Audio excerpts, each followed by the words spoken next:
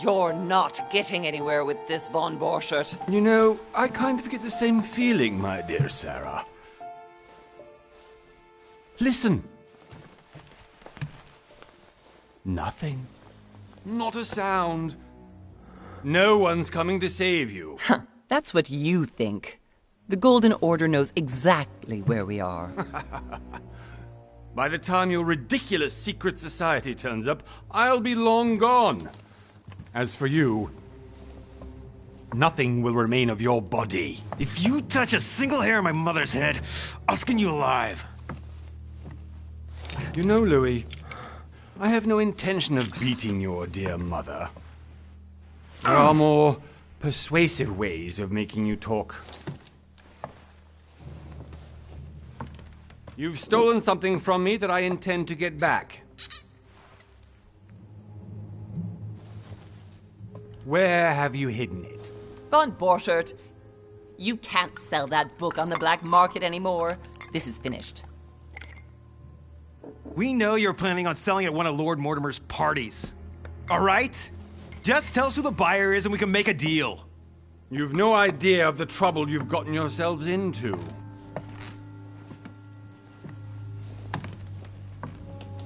Oh, but you will tell me where it's hidden. I can promise you that. Stop annoying our host, Louis.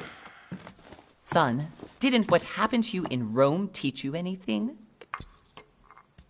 Just a few more minutes and my concoction will be ready. With this, your bodies will dissolve.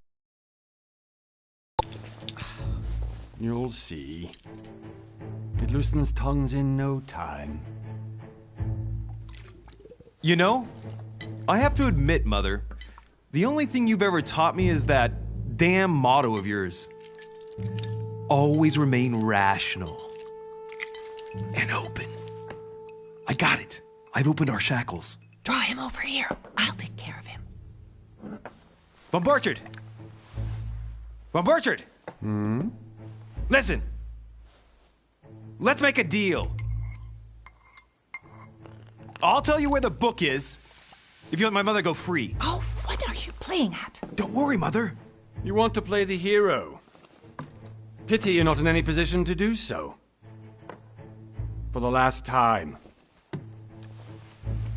Where is Al-Azif? Let me do this. Trust me.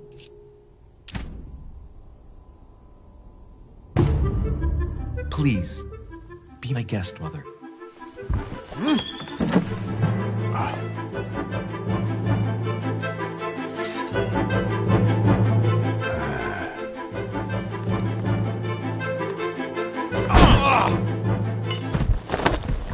Well done, Louis. You reacted perfectly. How do you feel, Mother? Couldn't be better. He's alive, so I can question him after we get back. Pity he's just a middleman. Means I haven't finished with this case. Oh, I had a feeling you'd be running off on one of your adventures again, Mother. You know what? I'm warning you. This time, I'm coming with you. No. Even though you impress me more and more, I have to do this on my own. Mother, you're no spring chicken anymore. Come on, let's go home. And don't forget to send our men to tend to von Borchert.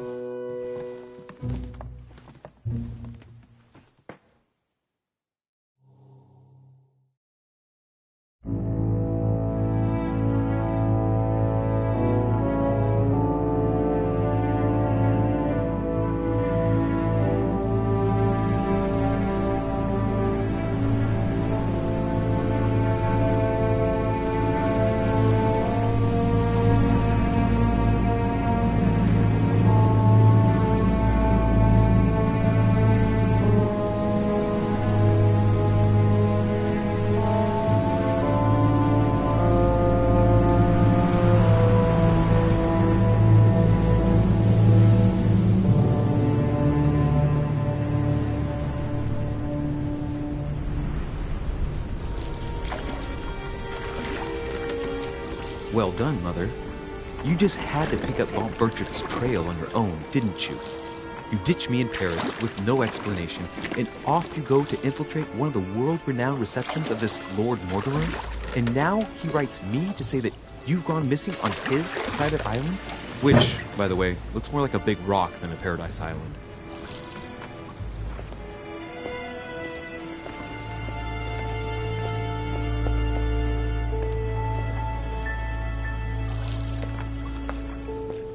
The least he could do is explain to me how he managed to lose you. In any case, it is time for you to stop all this, Mother. It no longer suits your age. Well, I'm sure I'll find you once again, slogging through the caves beneath the island, searching for some long-lost mystical object that you just can't live without. I'm already hating this trip, and all I've done is think Contrary about to it. what one may be able to imagine, it was not the host himself who invited me. Well now, Duchess, we find ourselves both invited by Sir Holm. Well, how very amusing. Perhaps we have some common interests, Your Eminence. Is this your first time at one of Lord Mortimer's legendary parties? Oh no, we have been friends since long ago. But as I'm doing some business with Sir Holm, the invitation came from him. Well, I simply can't wait for all the festivities to begin. And you, good sir, what brings you here? Your Eminence, with all due respect, I prefer to keep my reasons for coming here to myself. I promise, it has nothing to do with the legendary party that you all appear to be preparing for. Believe what you will, my son. However, everything is related to the legendary parties organized by our host. Yeah, I'll be the judge of that, Cardinal. Anyway, consider yourself fortunate, young man, because there are many who dream of simply one day setting foot on this island, and only a very few ever make it. Indeed, I imagine this must be your first time here.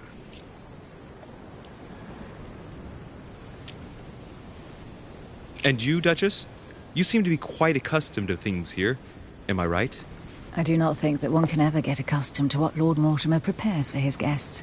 But you are right. This is not the first time I've been on this wharf. If you've come back again, I imagine you must find it to be of some interest. Here, everything is possible if you make the right choices. It really is up to you whether you leave better off or not. Please excuse me if you find me overly curious, young man. I did not mean to cause you any embarrassment. Come, Duchess. They are waiting for us. We're moving, Monsieur de Richet, if you would like to join us. I'm coming, Duchess. A cardinal? A duchess? I wonder if all the guests here are this prestigious. If I'd known, I would have gone for a better suit. Are you all right?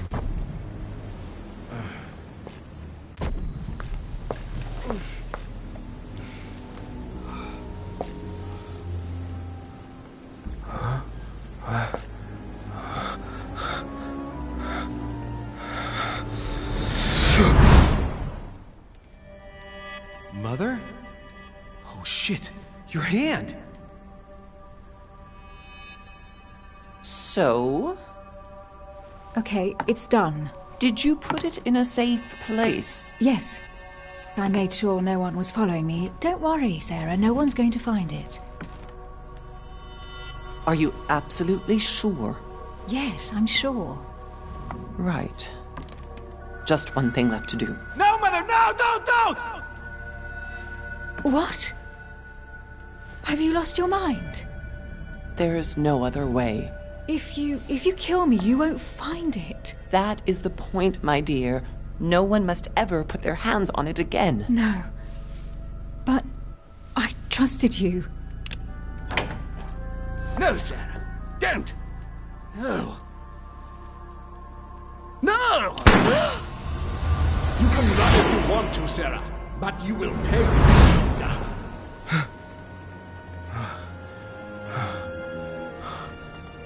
Hugh. Louis, are you all right? What's going on?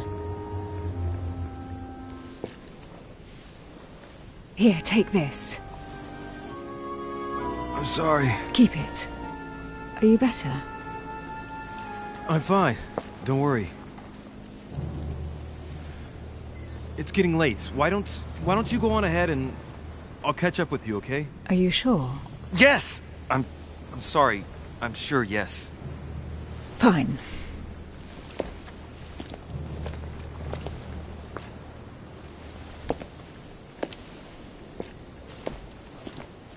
I definitely have to find Mother quickly.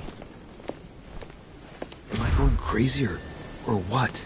This can't be real. The Duchess arrived with me. What's happening to me, for God's sake? I absolutely need to find you, Mother.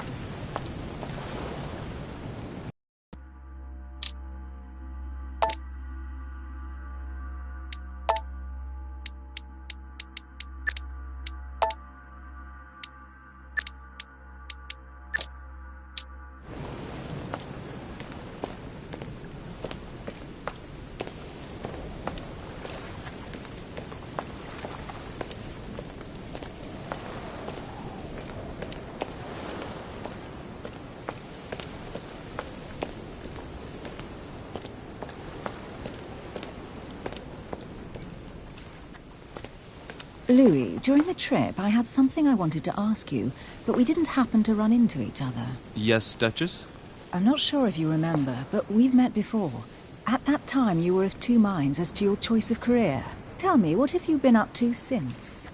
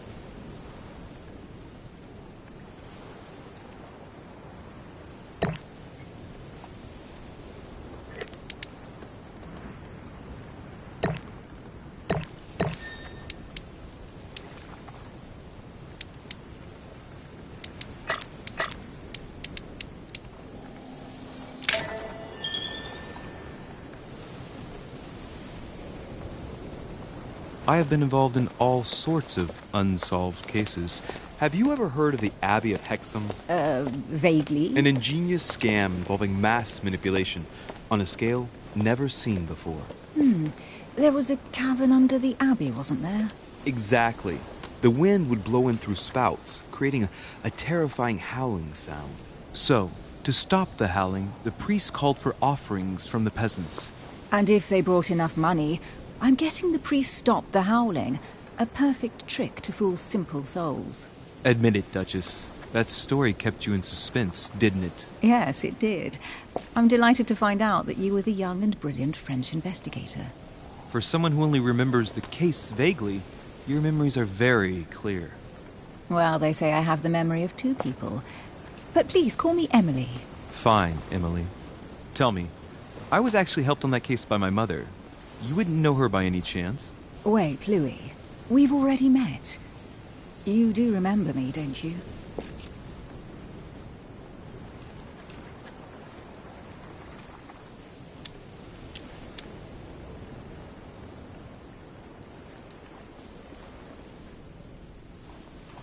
How could I forget a woman such as yourself? A woman such as me? What a sweet talker you are. Remind me of how we met?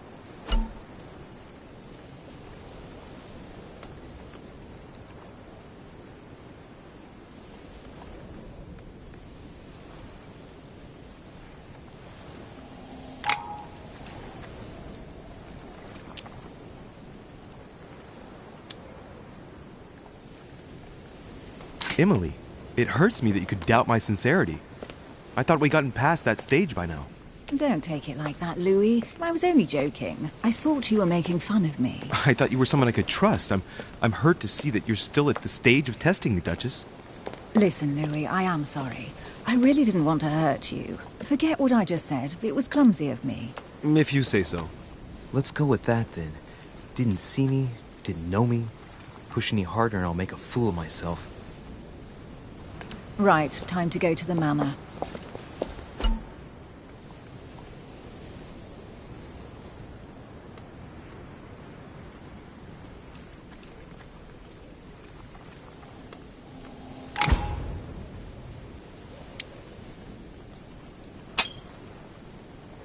I ask her a question, she answers with another.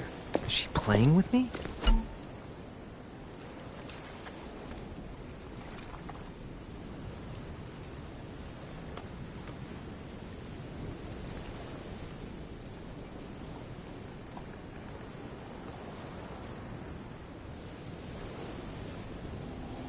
Emily, please excuse my insisting, but you still haven't answered about my mother. Do you know her? You'll see, Louis. Everybody here knows Sarah de Richet. I don't know where we're going like this, Emily, but you're connected to my mother one way or another. And if I can believe my vision, you don't have much of a place in her heart.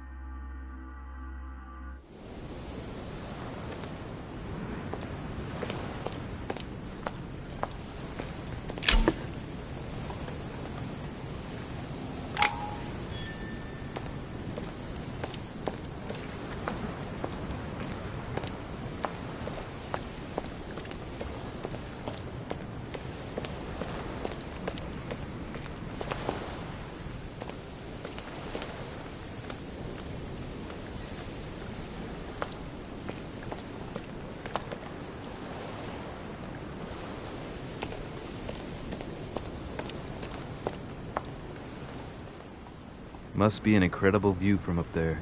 Impossible to set foot on the island without being seen from 300 meters away.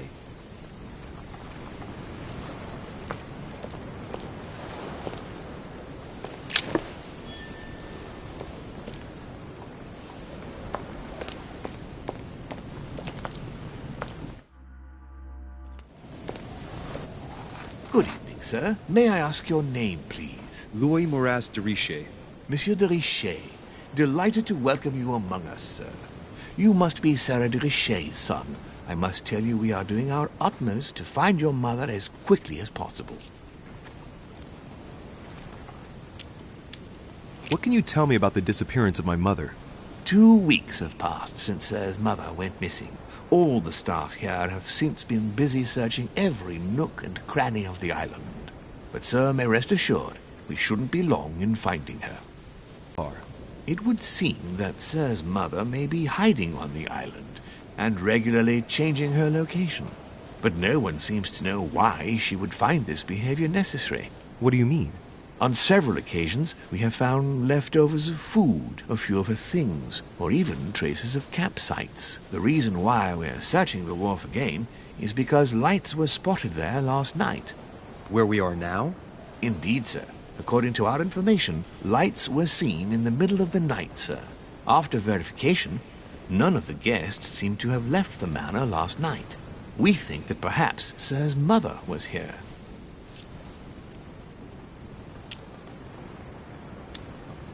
Did anyone see anything else? Unfortunately not, sir. Only lights were seen by servants of the manor, sir. And as I was saying, sir, all the guests were asleep, and no one seems to have noticed anything at all. We seem to have found an object that would appear to belong to Sir's mother. A handkerchief. The handkerchief is embroidered with the initials SDR. We came to the conclusion that they are the initials of Sir's mother, Sarah de Richer. I have orders to give it to Lord Mortimer as soon as I see him. I know my mother. She's not the kind to go for a midnight stroll on the wharf for nothing. I've got to find out what the hell she was doing here. Where exactly did you find the handkerchief? On the landing dock, sir. The one you arrived by.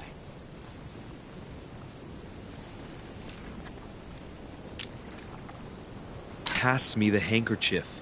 But sir, my orders were to give it to my master. Are you refusing to give me my own mother's personal belongings? Even though she was greatly looking forward to meeting your master, she's gone missing. And you seem incapable of finding her. Oh, but sir, please. And to top it all off, you refuse to give me the handkerchief that she so often let me use? Do I deserve such little consideration in your eyes? Is that what you wish me to report to your master? No, certainly not, sir. Please forgive me, sir. I have been such an idiot. Here you are.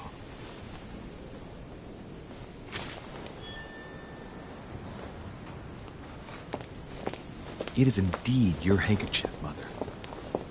You must have come here for a specific reason. I need to know what it is. Let's think. What could she have been doing out here on this wharf?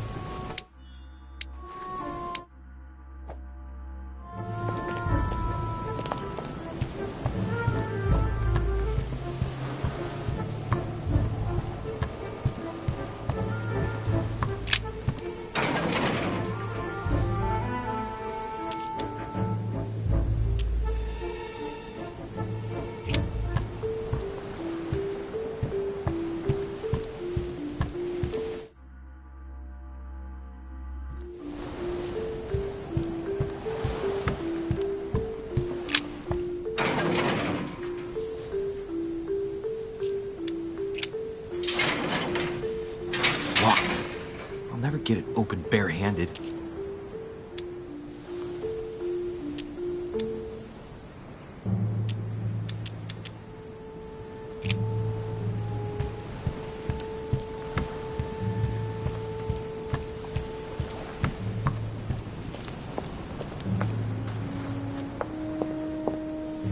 A Latin inscription. En nessis, mi fili quantilia produncia mundus ergatur.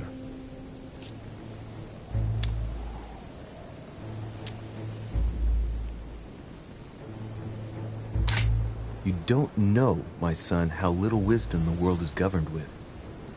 I tend to agree.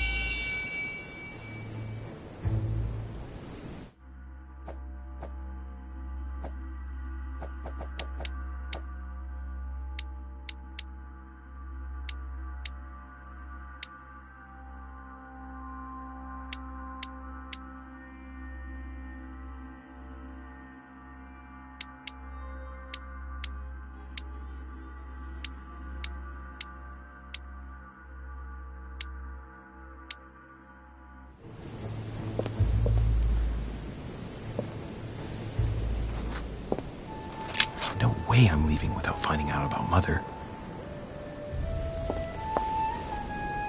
A Latin inscription. En nessis, mi fili, quantilia produncia mundus ergatur.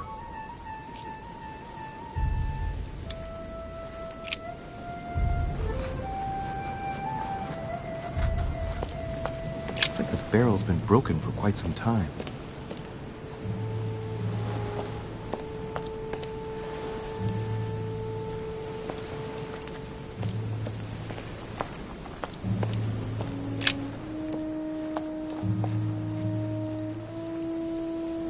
Looks like a bar from an old gate.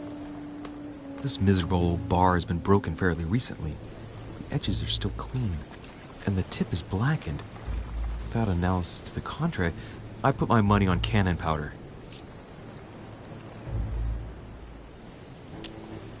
This might just come in handy.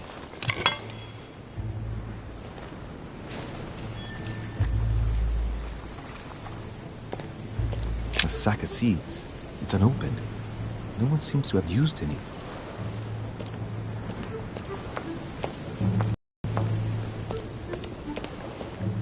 Some rope. Apparently no one's touched it for a good long time.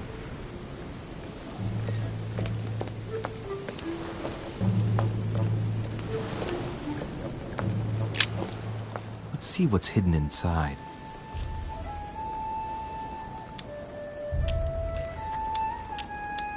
Let's look.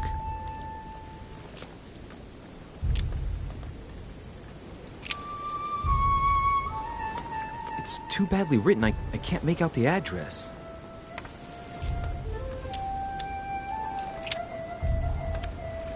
The address is 50 Bedford Square, London.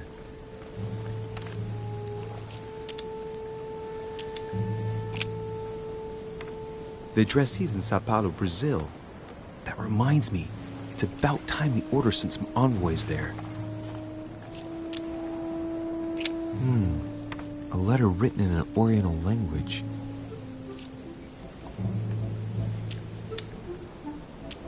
I haven't the slightest idea what it says.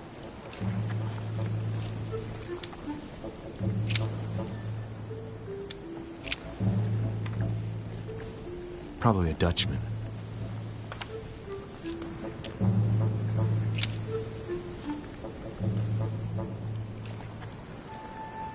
Samuel Ritter d'Auchois. Mother, you test me even when you're not here. It's an anagram of Louis Moras de Riche. You wanted to write to me then. Let's see what's inside this letter. So, Dear Samuel, my stay on Lord Mortimer's island is going wonderfully well. As I find myself in such charming company, I plan to stay a few more weeks. Would you be so kind as to send me a gift that I'd like to give to our old friend Manuel Godoy? I would be most grateful. I have been told that he's going to join us here soon. I would like to mark the occasion. Thank you in advance. Yours devotedly, Sarah Faustine de Riche. what is your game here, Mother? What are these strange turns of phrase? Never heard you speak like that. What's going on here? That you write to me under a pen name, okay. But here you go even further, by trying to avoid raising any suspicions should anyone else read it. I wonder if this Godoy is the person you came looking for. Think! Godoy.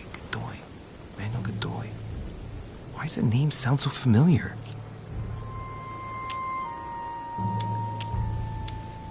I'm guessing he's a man of some importance. Spanish, I'd say. But just can't put a face to him. Well, hope we meet to talk about it soon, Mother. I don't know what you've gotten yourself into this time, but I'll bet you've got a lot to tell me. A lantern. Nothing special. Let's see what's hidden inside. Let's look.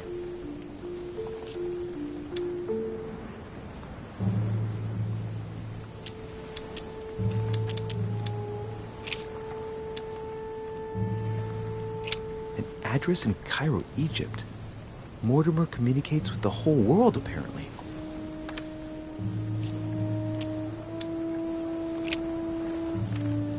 This envelope is meant for the Vatican. Apparently this letter is meant for Pope Pius VI, born Giovanni Braschi. I wonder which one of these people is influential enough to write to the Pope in person.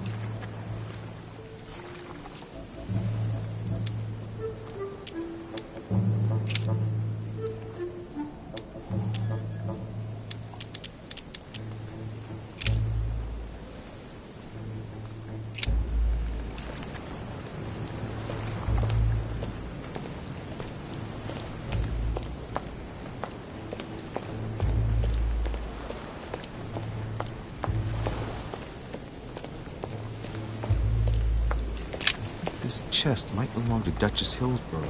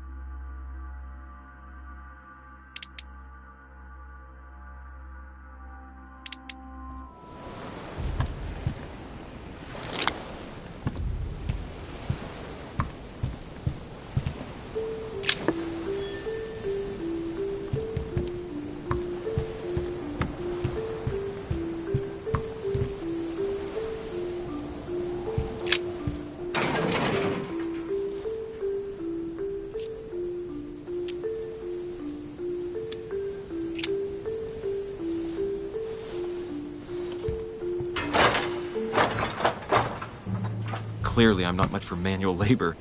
Let's see if I can get it open another way.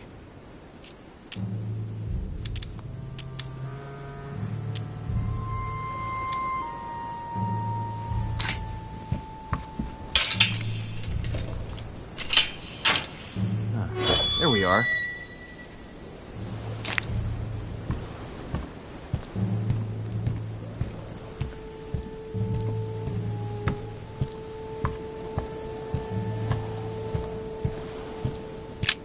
Pistol case, but it's empty. I don't know if this has anything to do with you, Mother, but if it does, at least now you're armed. Just like in my vision. And none of it's telling me anything useful. Great, honey.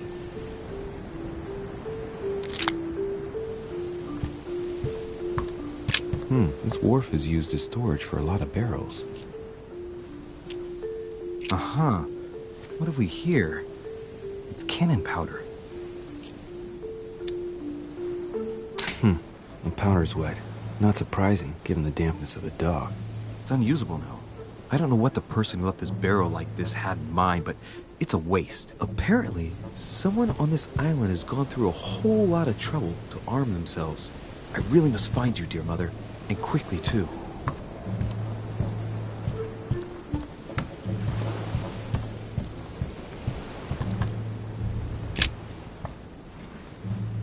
Wooden floorboard. Probably comes from this part of the wharf. The wood is slightly eaten away, of course, but it still would have been fine if it weren't smashed.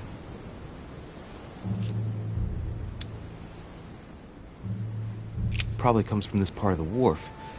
The wood is slightly eaten away, of course, but it still would have been fine if it weren't smashed.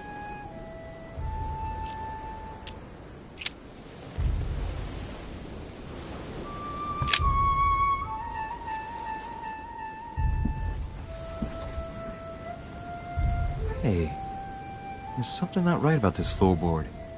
It's different from the rest.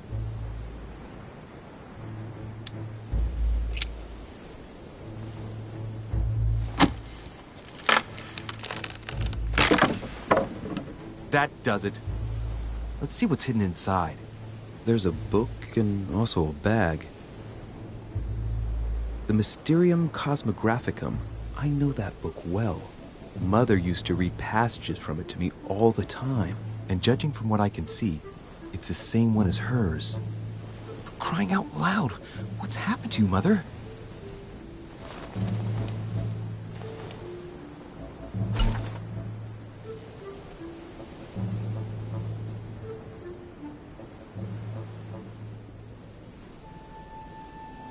Let's look inside the bag.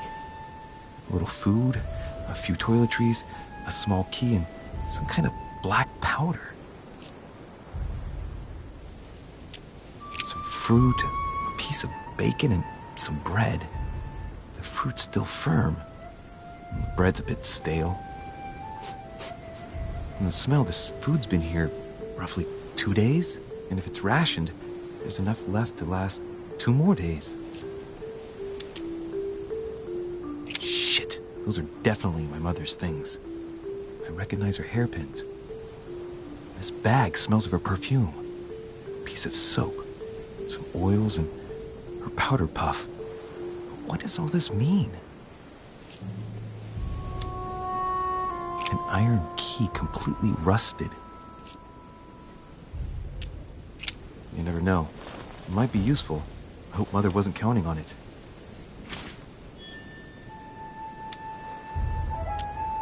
The bottom of the bag is covered in black powder.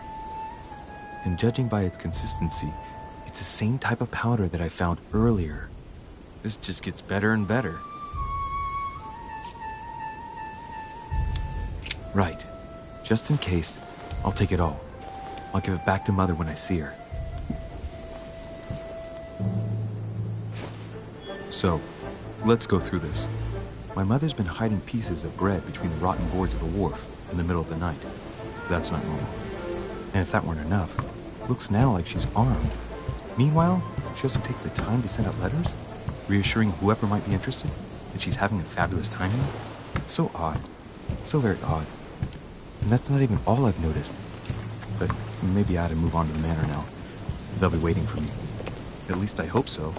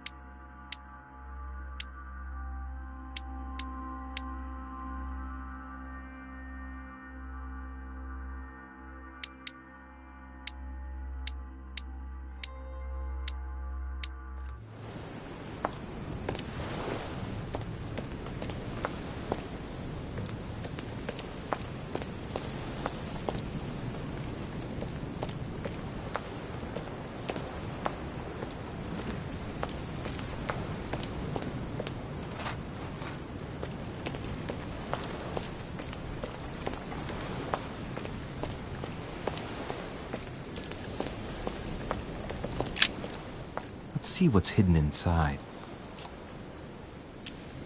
Let's look.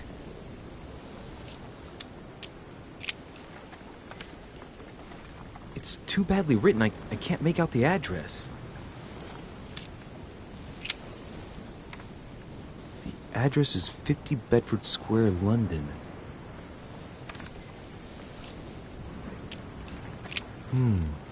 A letter written in an Oriental language. I haven't the slightest idea what it says.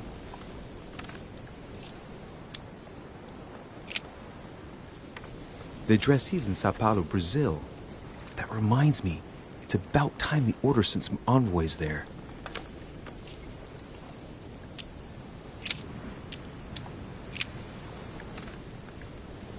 Probably a Dutchman. An address in Cairo, Egypt. Mortimer communicates with the whole world, apparently.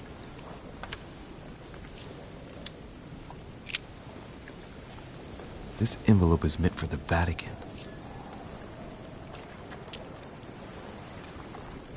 Apparently this letter is meant for Pope Pius VI, born Giovanni Braschi. I wonder which one of these people is influential enough to write to the Pope in person.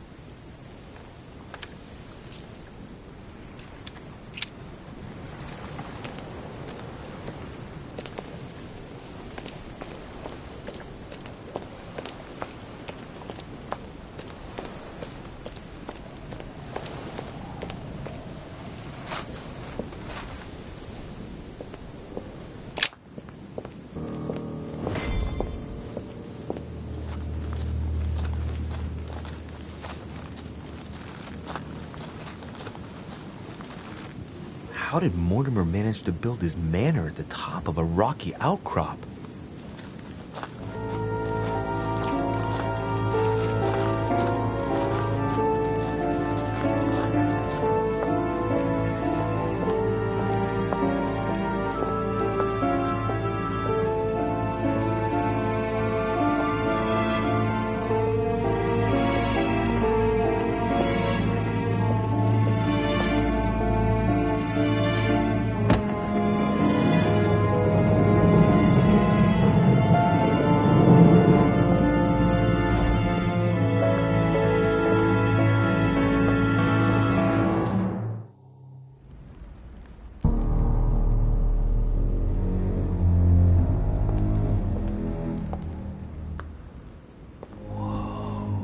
Impressive. Ah, my son. I was looking for you. What can I do for you, Your Eminence? I wanted to ask you. You are the son of Sara de Ricci, aren't you? You see, your mother and I were supposed to meet here on this very spot. I was supposed to hand her a very important envelope. But I haven't seen her. If only Mother had told me why she was coming here. Anyway, I ought to take the envelope. It might have something to do with her disappearance. Listen, if it will help, you can always give it to me.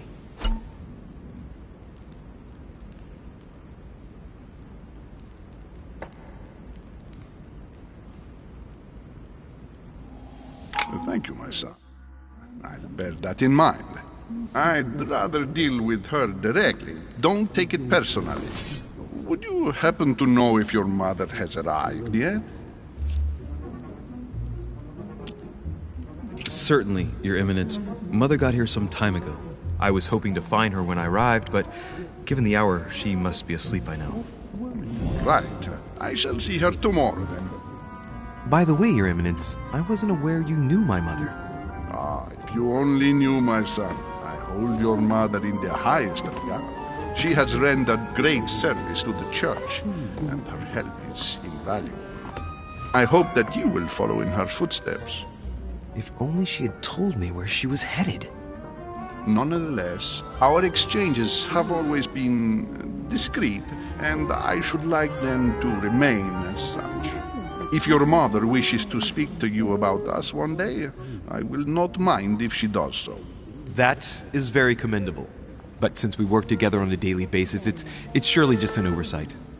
Most certainly. You said you work together. What do you do exactly?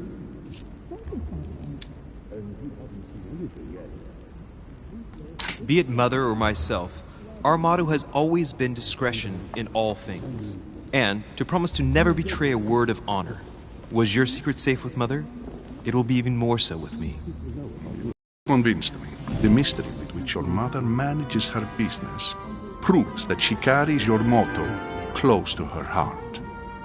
Your words seem sincere, my son. All the same, it bothers me to see you in a quandary, Your Eminence. Is there any other solution? Look, if it's of any help, you can always leave your envelope with me and I'll give it to her as soon as I see her. I hesitate. Up till now, we have always dealt with her in person, and that has always been successful. Do you think I should give it to you?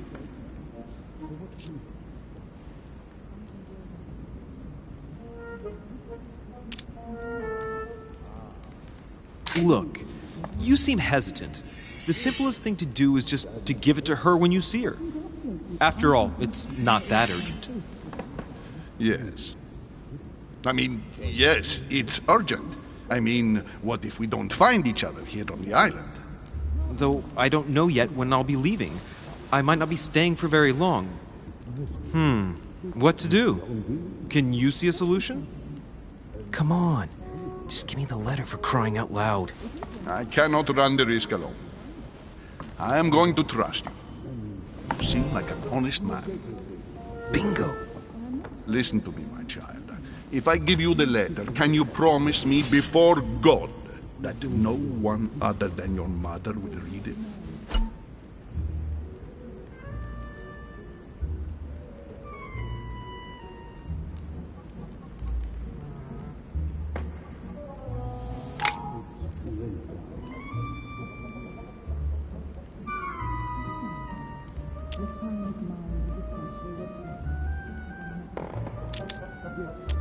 I swear by the Almighty God to honor the promise that no one but my mother shall cast her gaze upon your letter.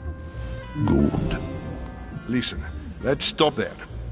I'm going to tell you a secret, Monsieur de Ricci.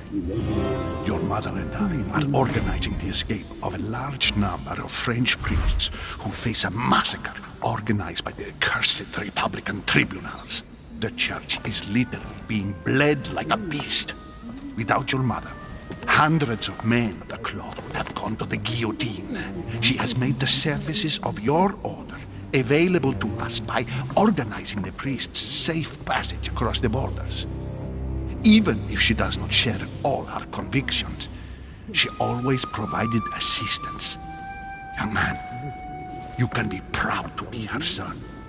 Be it only for her sake. Always respect your name. Here, the letter I spoke of. It includes a list of about 15 names ready for departure. Be quick. Remember to tell Sarah when you see her that time is short. Well played. I'll decide later when I'm alone whether to look at what it contains.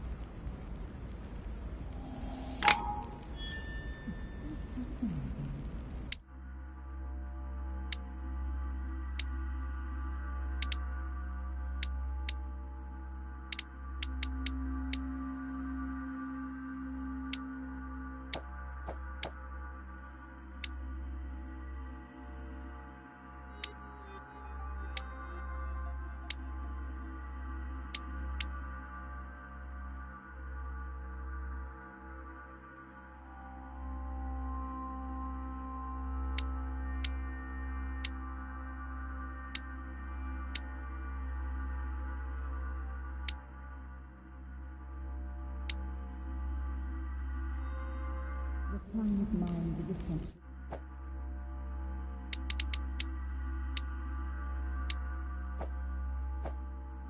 If I'm not mistaken. Yes, what were you talking about with you? Forgive my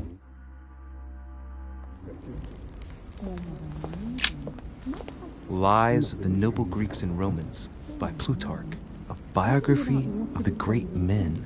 If I can help in any way at all, Open to Brutus's page. Caesar, stabbed by multiple blows at once, sees Brutus raise the dagger on him. Then, covering his head with his robe, he delivers himself to the arms of the conspirators. Nice family. Let's keep it. Might come in handy someday.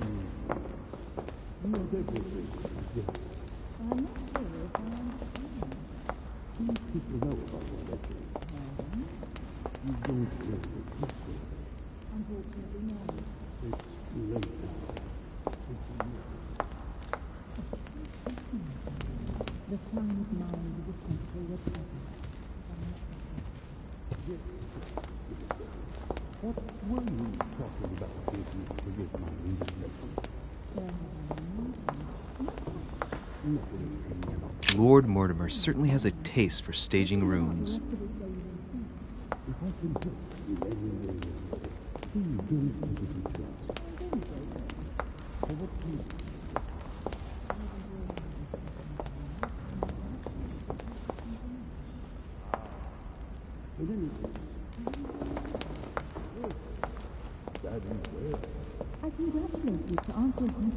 I thought my chimney was big, but this one is beyond belief.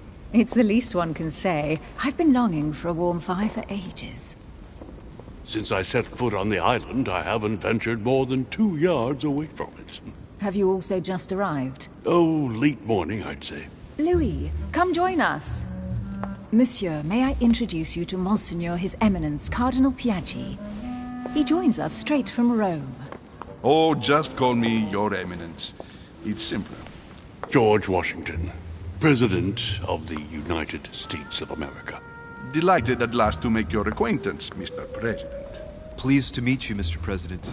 Louis Moras de Richet. It is an honor to meet you. Young man, let's keep it simple, please. Let us forget our fancy titles. Nice to meet you, Louis. I should imagine you never thought you'd be in such company. I must admit that I didn't. It's the first time that I've ever met so many illustrious personalities. And you haven't seen anything yet. Generally, when Lord Mortimer organizes one of his receptions, there are over a dozen people here. They can't all be here yet, and you'll see, most of the time there's only the upper crust. And I noticed you were already getting to know His Eminence at the entrance. It's the perfect place to build up a network. What were you talking about, if you forgive my indiscretion?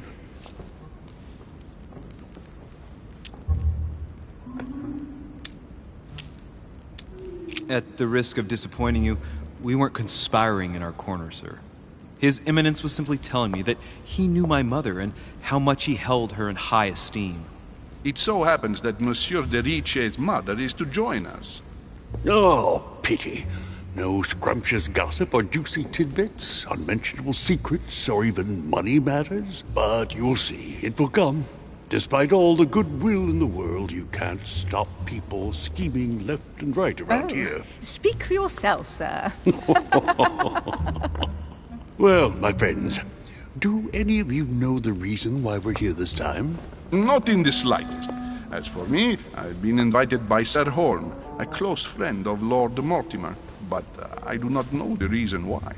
You see, Louis, every time Lord Mortimer organizes a reception, he always finds a moment to set up a chat with all the guests. During which time we remake the world. Accompanied by gallons of absinthe and cussing. I'll leave you to imagine the result. So, if I understand rightly, Monsieur de Richet, you've come out here to join your mother. For what reason, exactly? Like you, Mr. President, I'm here as a result of Lord Mortimer's invitation. 2 members of the same family here. That is rare. You know what they say. You can pick your nose, but you can't pick your family.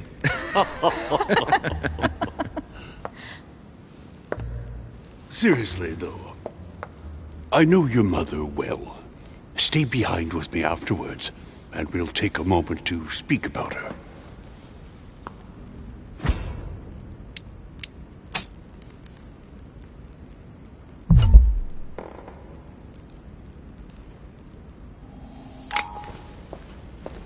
Good evening, my friends. Holy shit. That's the man from my vision. An urgent case has delayed our host, Lord Mortimer. He can't be present this evening, and he sends his deepest apologies. He's asked me here and he hasn't even turned up? Great start. Do you know that man? Sir Gregory Holm, an English aristocrat, very influential. He's also close to Lord Mortimer, so don't be surprised if he acts like he's at home. And now, my dear guests, a light meal is served in the small salon. For those who would like to, you're invited to follow me into the next room. My dear fellow, you must have read my thoughts. I shall follow. We'll have to be careful not to make too much noise. One of Lord Mortimer's guests is relaxing. Oh, we shall be quiet. Don't take it the wrong way, Sir Holm, but I've already eaten. Thus, I shall be happy to remain by the fireside. If you don't mind, Gregory, I should like to keep Mr. Washington company. Please feel at home. And you, sir? If I stay with Washington, we'll be able to speak about my mother. But on the other hand, I'd like to learn more about this home. I saw him in my vision.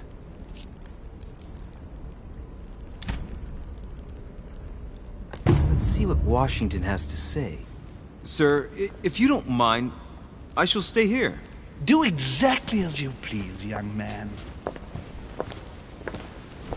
Louis, thank you for staying. Just like you, when I arrived this morning, I found out that Sarah had gone missing. I know your mother well. Don't worry. Emily is from the English branch of the Golden Order. And President Washington is in fact the leader of the Order in the United States. No. Sorry to have made you wait, but I didn't want to speak in front of...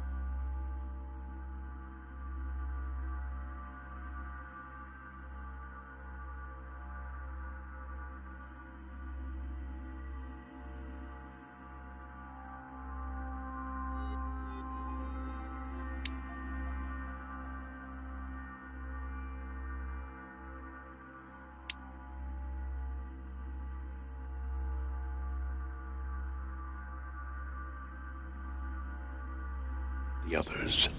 You did well. Secrecy and discretion are the pillars of our organization. If I can help in any way at all, please don't hesitate to ask, my lad. And if you have any other questions, now's the time.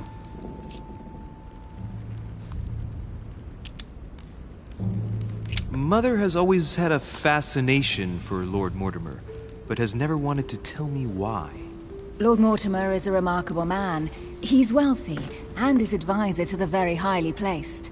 Your mother is the head of the Order in France. It doesn't surprise me that he asked her to come. Lord Mortimer greatly contributed to financing my electoral campaign, for example. But I want this to be clear, without ever seeking to gain an advantage. And that is to his credit. Yes, you can trust him. He will do everything in his power to help you find Sarah. Mr. Washington, you seem to be very familiar with my mother. Where did you first meet her? I met Sarah during the War of Independence on American soil. She was introduced to me by a mutual acquaintance, and I must say that her sound advice prevented me from making some terrible mistakes. She may not be a soldier, but believe me, she deserves a statue as much as Lafayette does. Well, I didn't see that one coming. There's no doubt Mother has many secrets that are still hidden. Right. Would it be too much if I asked you a few more questions? Not at all. Go ahead. But I can't promise I'll remember everything. May I ask, when you saw each other, what did you talk about?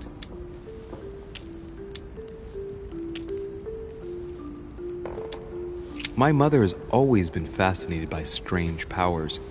Did she talk to you about anything like that? Yes. Her facility for discerning truths from rumor served me well. Such as preventing massacres, like the one at Salem, from happening again. Or convincing people that horsemen cannot ride around without heads. What was it that she used to say now? Keep an open and logical mind? Yes, that's it. Thank you, sir. I was hoping to speak with Lord Mortimer. At least now I have some information, thanks to you. I repeat, Lord Mortimer is a man of his word. You won't be disappointed. And I am persuaded that your mother's research is his main concern. Mother still is at the head of the Golden Order. I find it difficult to believe that she came to this island without notifying the other members. As for myself, I did not know.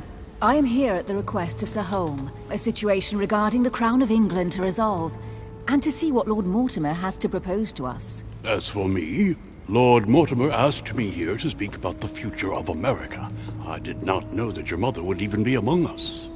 In any case, no one has yet mentioned associating the Order. We haven't found many clues yet.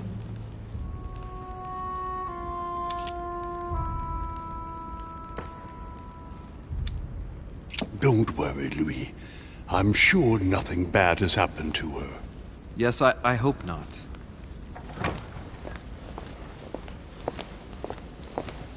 Careful, they're coming back.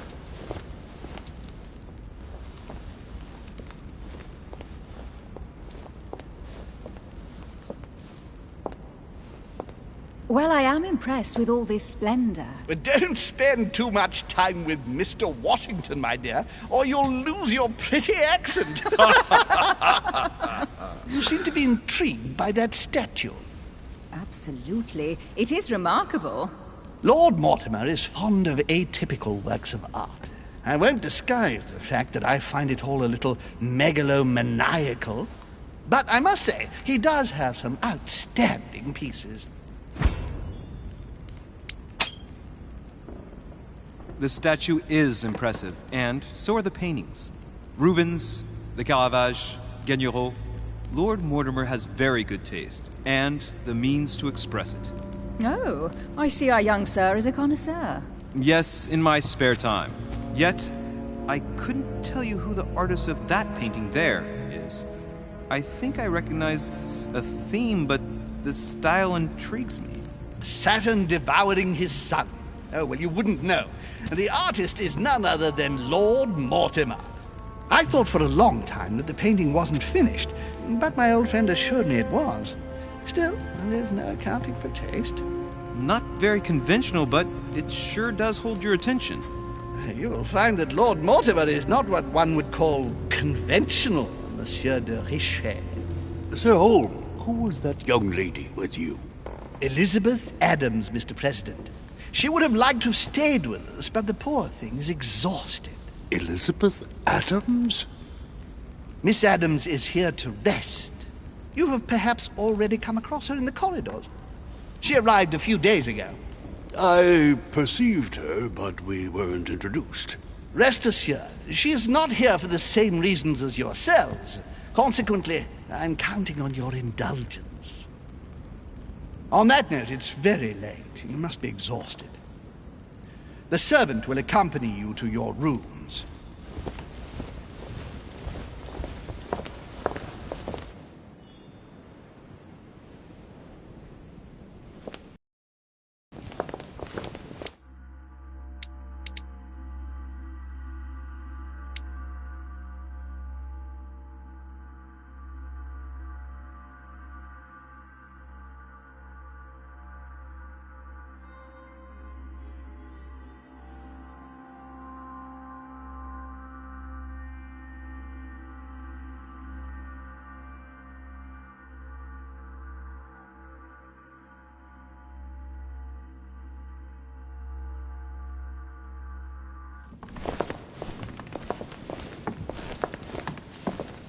Ladies, gentlemen, I bid you all good night. Mr. President, Your Eminence, Duchess, you have the same rooms as usual.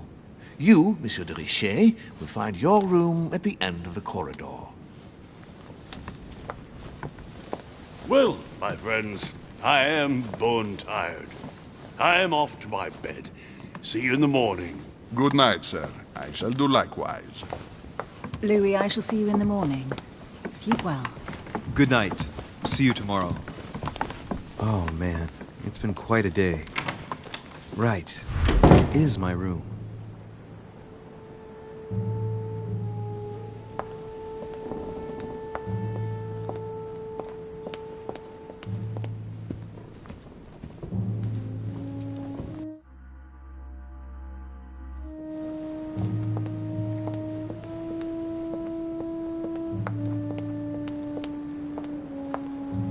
Monsieur Napoléon Bonaparte. Monsieur Jacques Perru.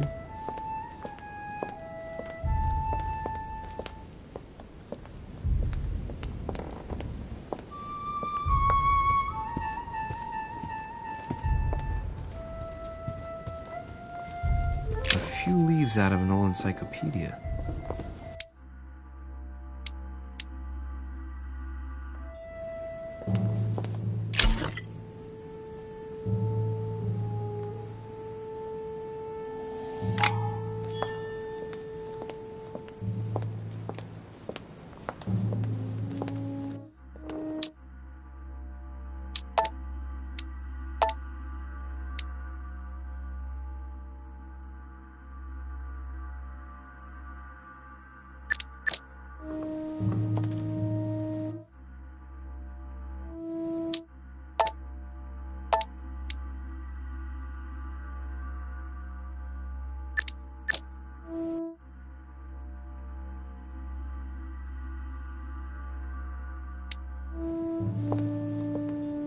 Decorum guide.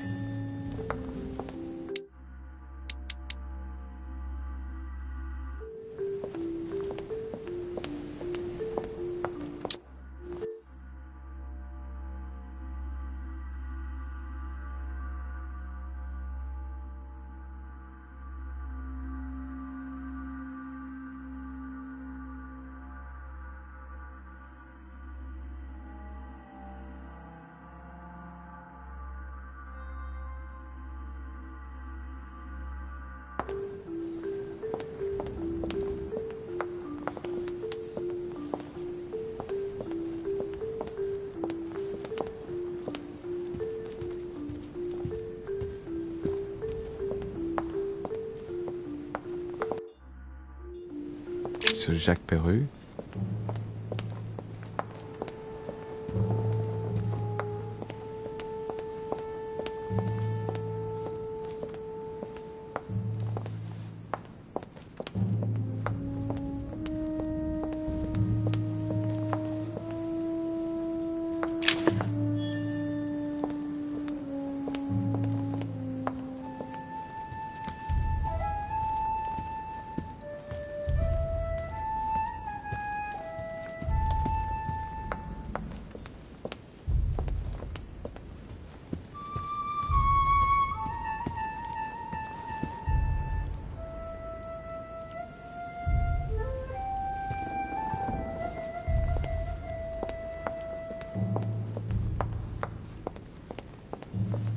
Monsieur Johann von Wulner.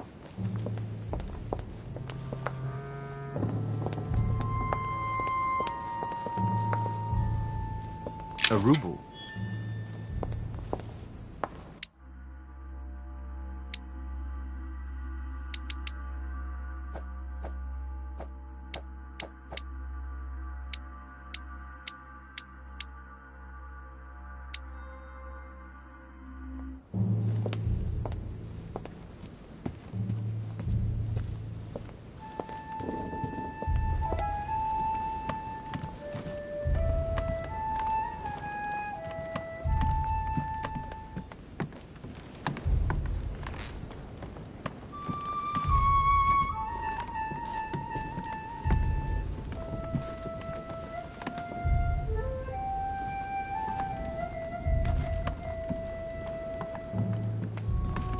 President George Washington.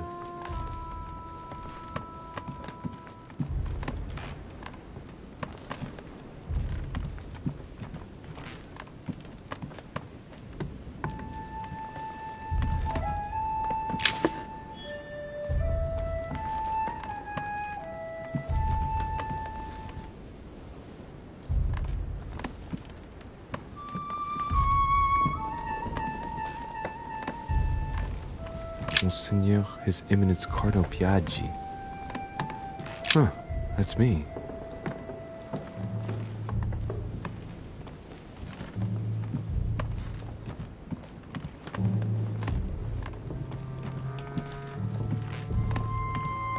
Duke Manuel Godoy.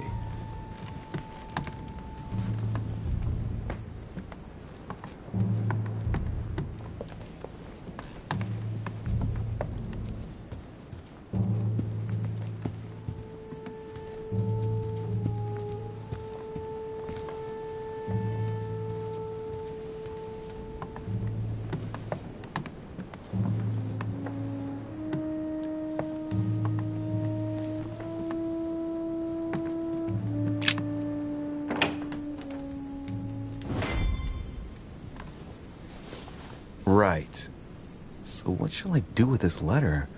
It might be about my mother's disappearance.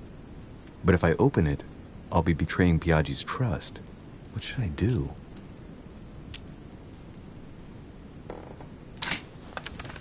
So, here we...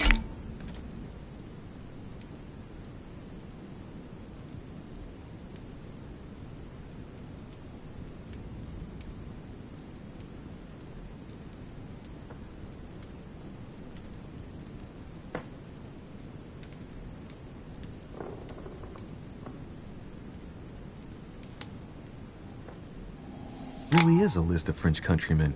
Piaggi wasn't lying. Wow! Nice room. Mortimer sure doesn't do things halfway.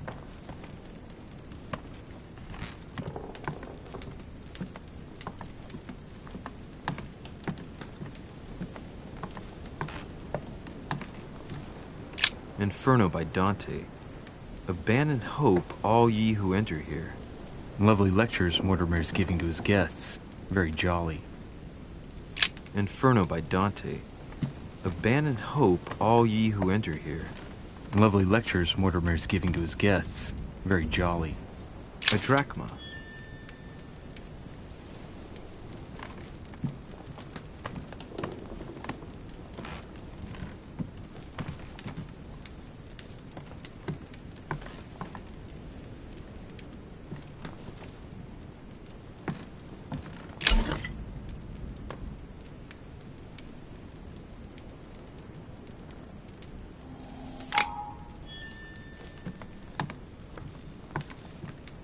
Judith beheading Holofernes. Ironic in a way, when you know that the artist represented herself as Judith beheading her mentor, who had raped her.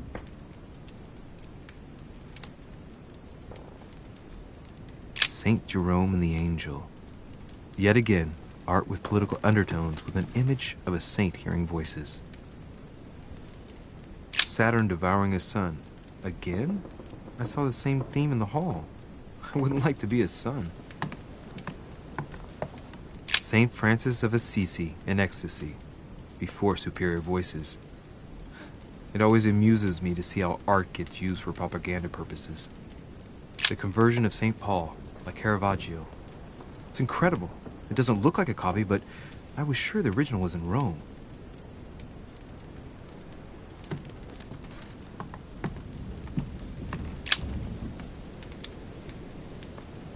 Golden elixir.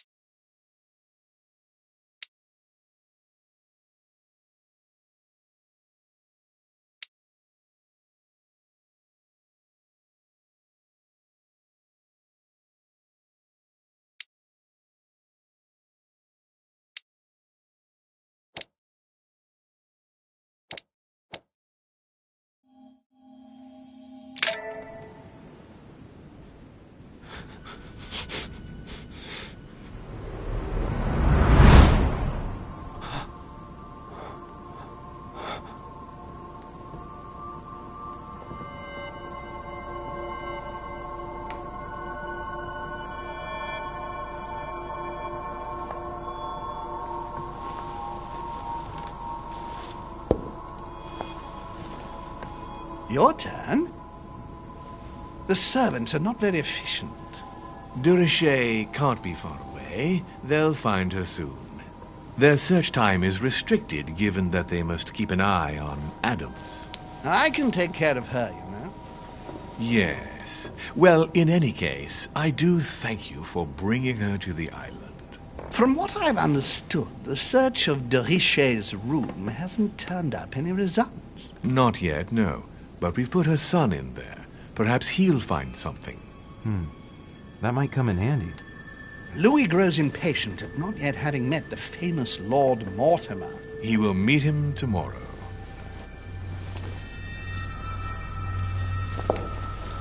Oh, what a pity to lose a knight at the start of the game. Are you waiting for someone? A young French soldier. During our game of chess? Don't worry, Gregory. The game won't disappear. I'll have one of my men escort you back. Don't trouble yourself. I know my way out. Ah, good evening, gentlemen. Please forgive me for this late hour. It is never too late, and we have much to discuss. One last move?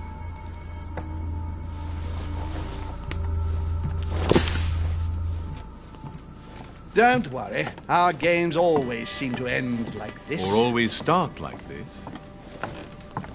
Come, take a seat, my friend.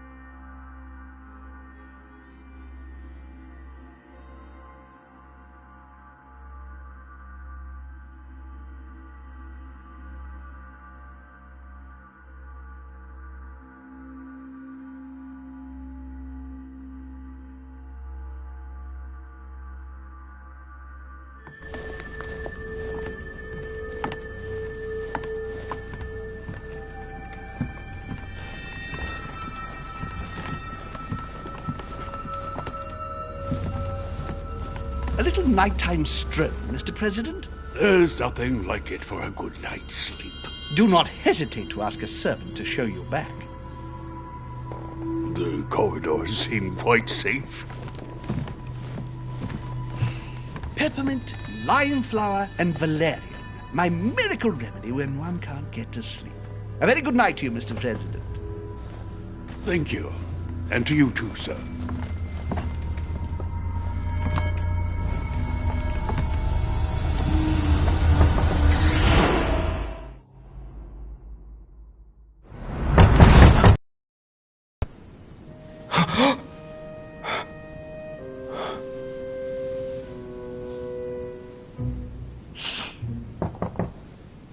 I'm coming.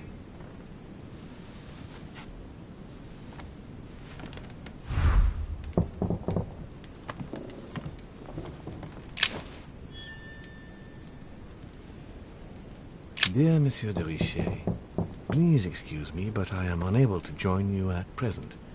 However, rest assured that we are doing all we can to resolve the case that concerns us. Inspiration of St. Matthew, or Matthew writing his gospel, dictated to him by voices. Last Judgment. Why do I always get the most terrifying room?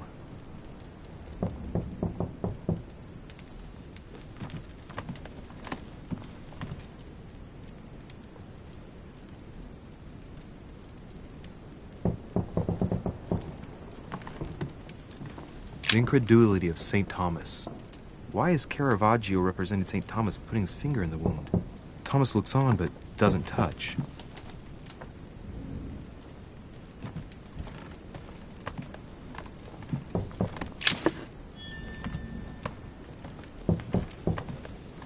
The torture of Ixion, condemned by the gods to lose his mind because of his arrogance.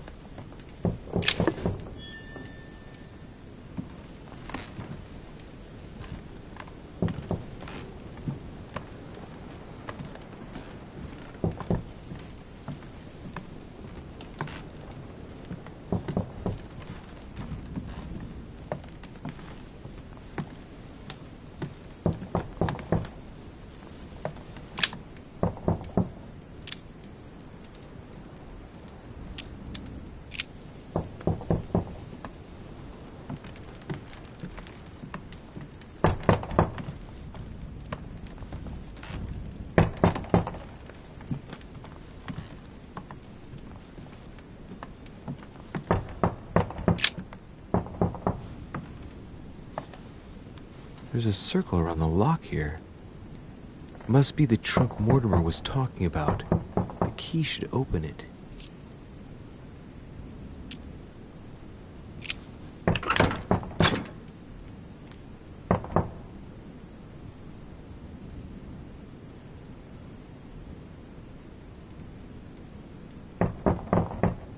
There's a note. Effects of Sœur de Richer, to be given to her son, Louis. I should probably take it.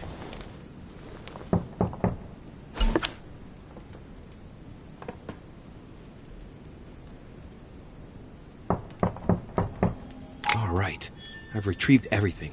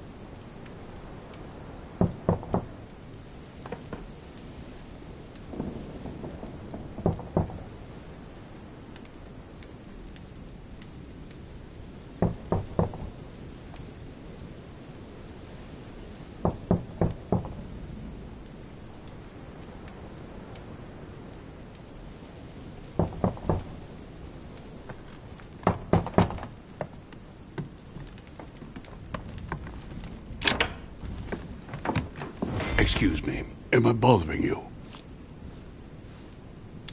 No, not in the least. Is something wrong? I'm going to need your help. Do you remember the young lady we spoke of in the hall? Elizabeth Adams. Home introduced her to us. Yes. Well, she is the daughter of my friend, the Vice President, John Adams. But she is supposed to be dead. Yeah, that's bizarre. Fair enough. Good heavens!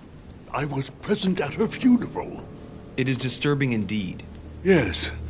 I need to make sure. That's where you come in.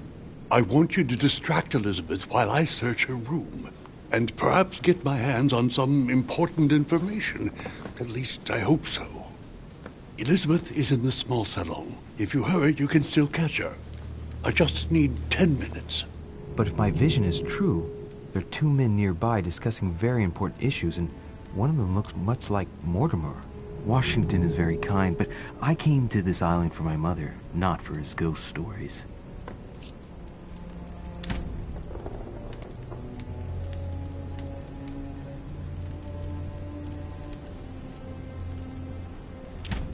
Count on me, sir.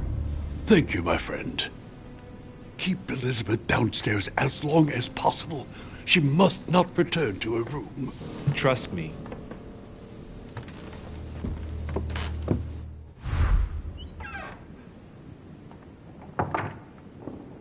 According to Washington, Lady Adams is in the small salon.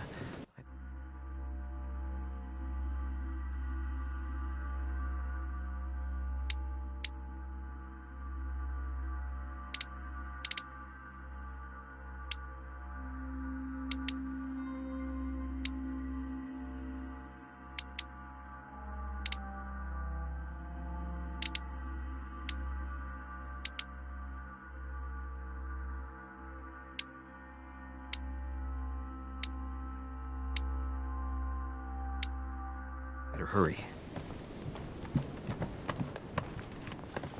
Louis, you're straying from your objective.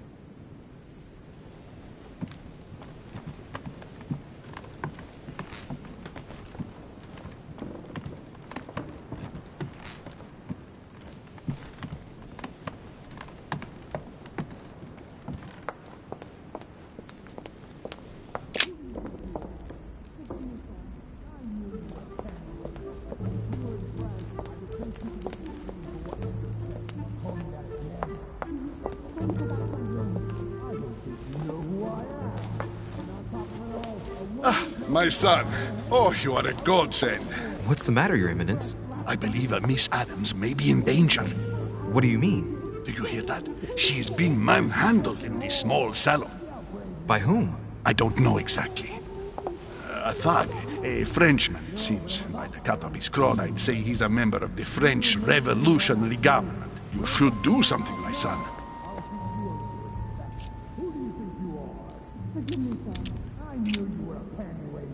You're right. That sounds like it might be bad. Good Lord, that's all I needed. How am I supposed to keep Adams busy now? Do you know if the man is armed? No, I don't. I barely saw him. If this thing starts to sound serious, call the servants for help. I certainly will. Thank you, my son. May God watch over you. Who do you think you are? Forgive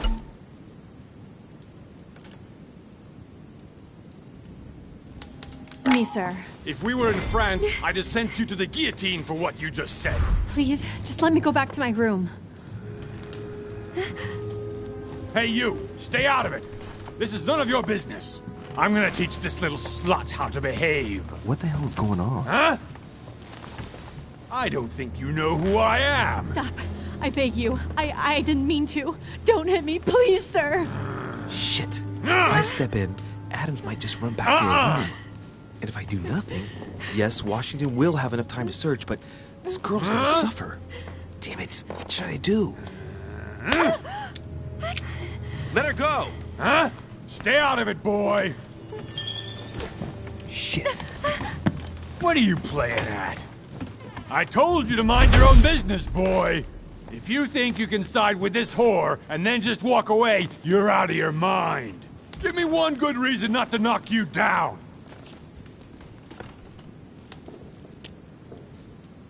You're not back in your slum now. You're in Lord Mortimer's home. I suggest you think carefully about what you're going to do. Don't think you're getting away with it that easily. I'm sick of all these toffs. If we were in Paris, I'd send you all to the guillotine. And on top of it all, a woman telling me how I ought to behave? I won't stand for it. Oh, okay. Wait a minute. What? Don't tell me you're gonna defend these harlots. Women, right? They really do drive us crazy sometimes. I totally understand. Yeah, and every time they open their mouths, it makes you want to slap them. I get the feeling you're trying to put one over on me. If that's the case, you're making a big mistake. Sorry about that. Look, there's no point in us aggravating each other. Let's both just go our separate ways. Don't move. We're not done yet. You wanted to be the knight in shining armor and save the damsel in distress. Let's see how brave you are.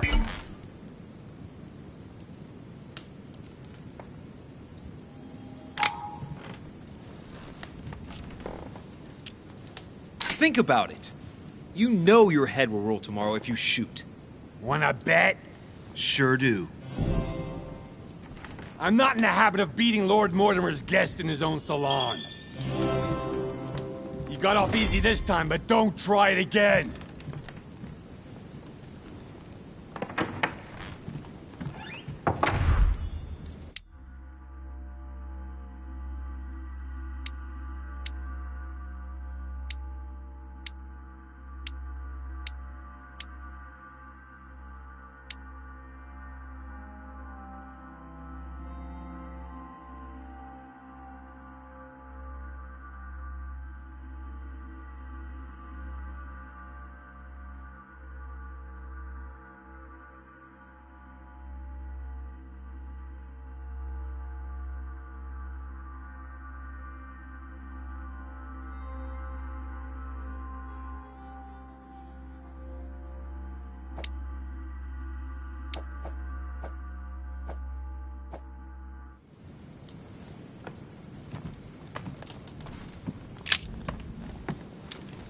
The brooch Elizabeth was wearing.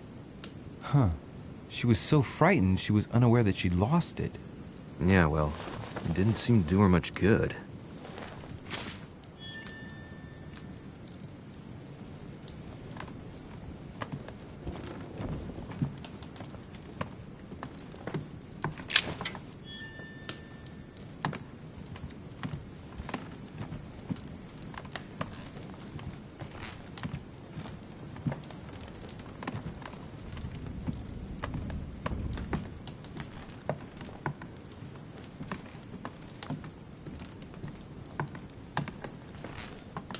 Hey, these look like pages taken from an ancient encyclopedia.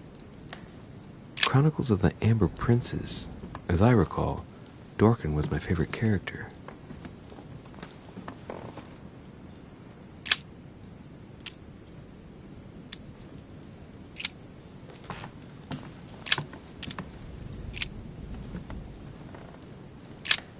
There's a pattern with 5 circles on this chest.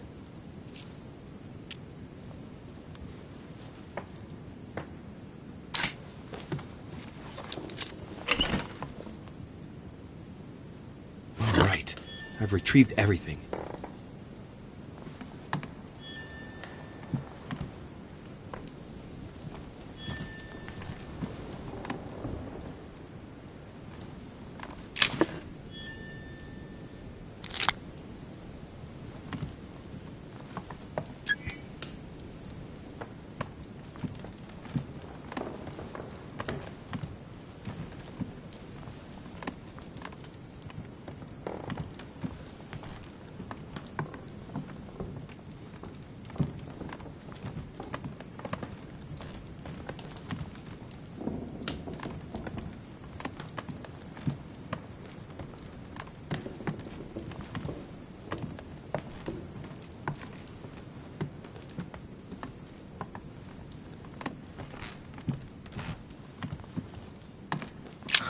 Lady Adams must have locked it behind her when she fled.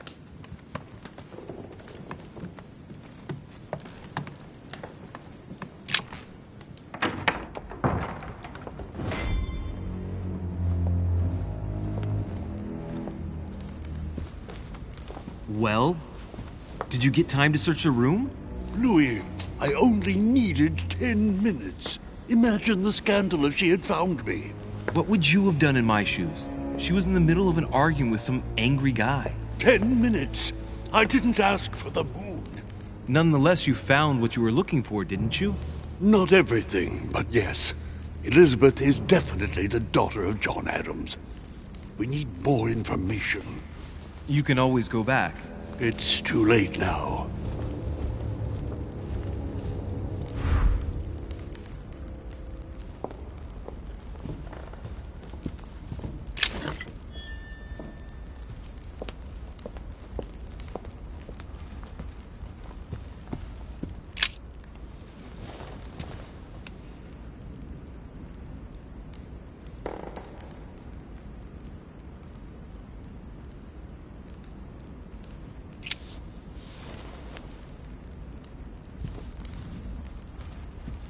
drachma.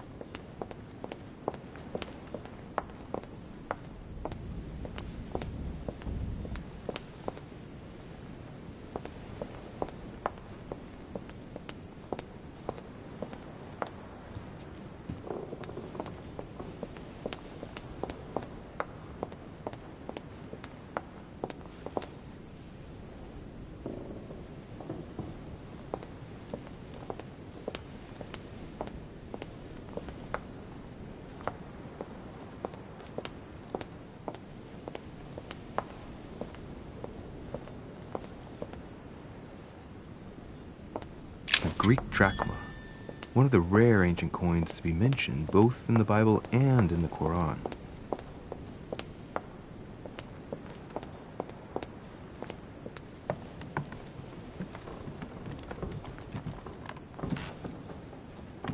Duke Manuel Godoy.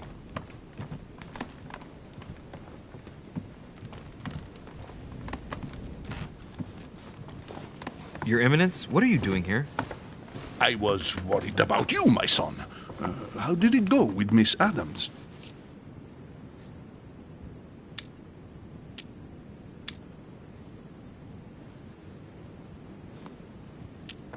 Don't worry about that anymore, Your Eminence. I had to step in, but everything's under control. What an adventure, my son. I am relieved to hear it. You acted as a good Christian. In these troubled times, we need more men of your caliber. It's nothing, Your Eminence. I did what I had to do. Well, you did the opposite. Good. Well, thanks for the news. My son, I have another problem.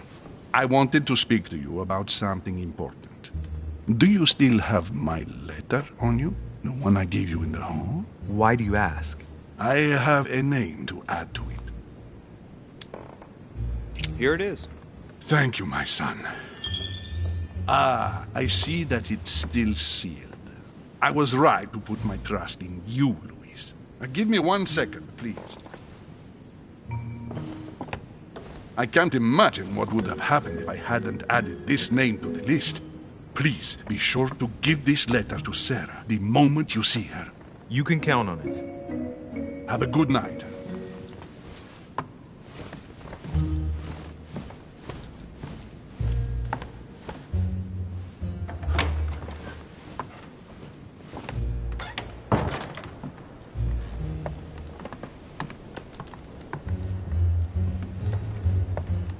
Huh, that's me.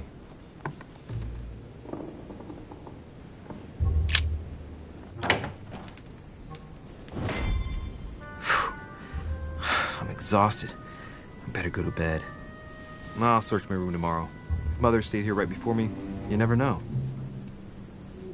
And Mortimer had better show up.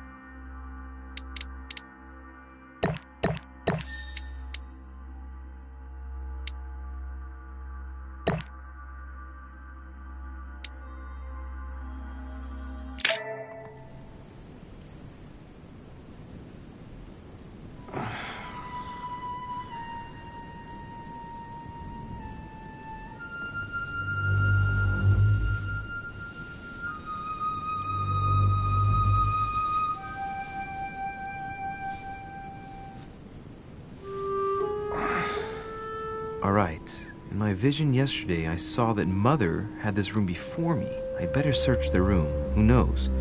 Maybe she left me something behind.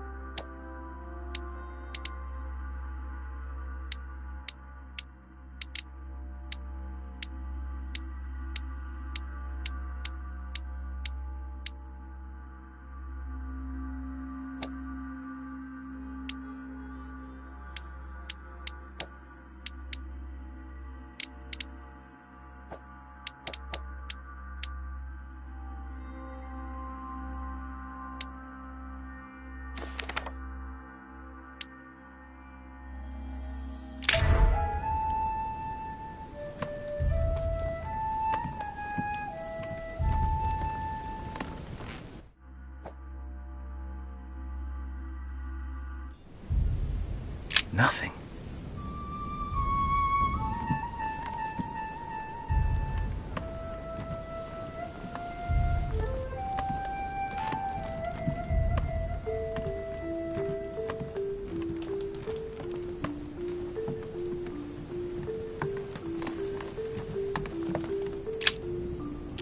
Amber crystals.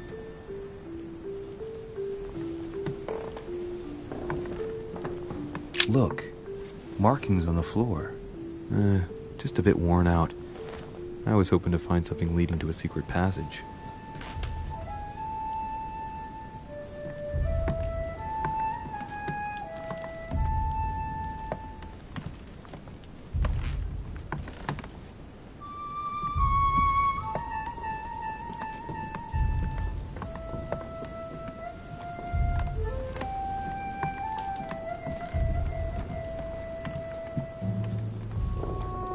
I haven't even had time to unpack my cases. Dear Monsieur de Richet, please excuse me, but...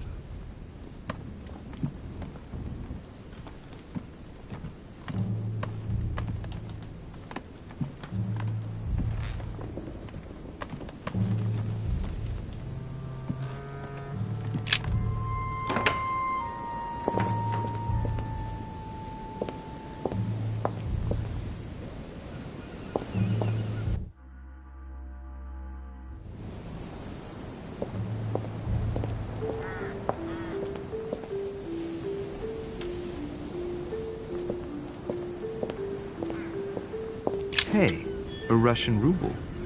I wonder what it'd be worth today. This room looks unoccupied.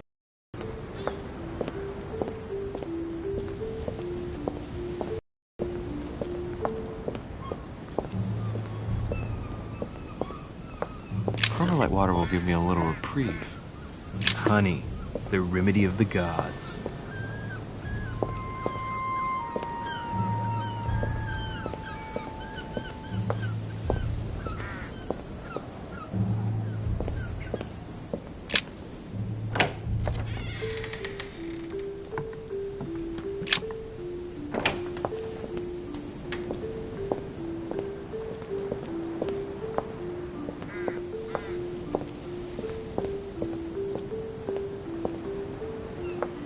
Priest's robe, crosses.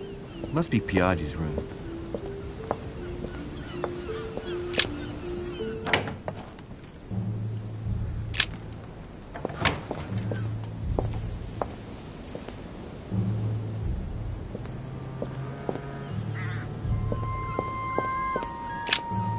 Here's something will undermine my botanist's appreciation for the local climate.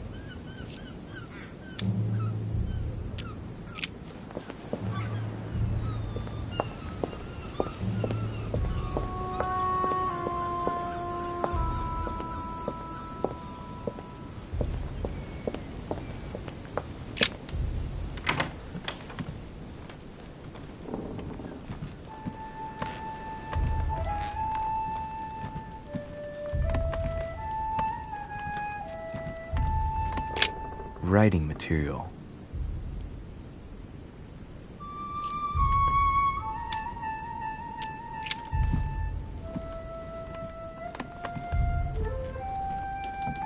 The incredulity of St. Thomas.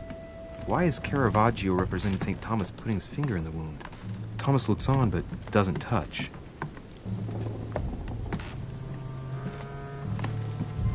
Inferno by Dante. Abandon hope, all ye who enter here. Lovely lectures Mortimer's giving to his guests. Very jolly.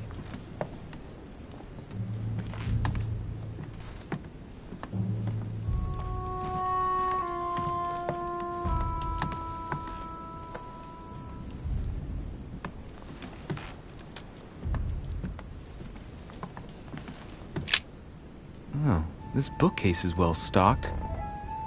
Oh, this book has been put back the wrong way round.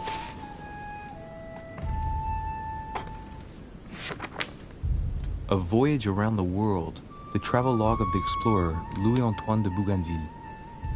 One of Mother's favorite books. What a coincidence. And I don't believe in coincidences. It's just too much.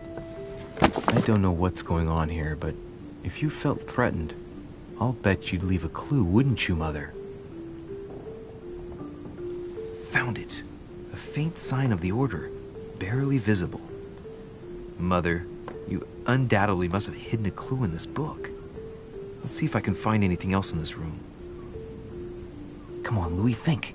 Think.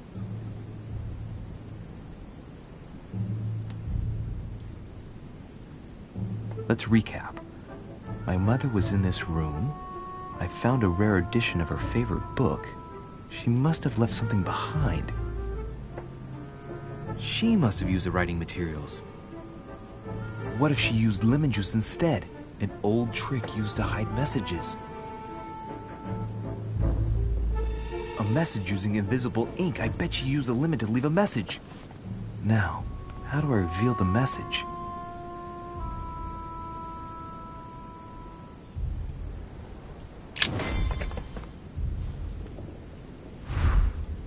The message is illegible. I have to keep searching.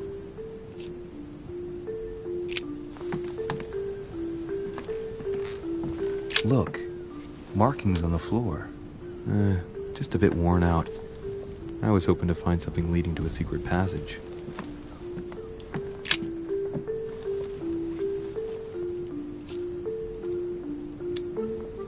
Apart from getting the book dirty, I can't see any use for this.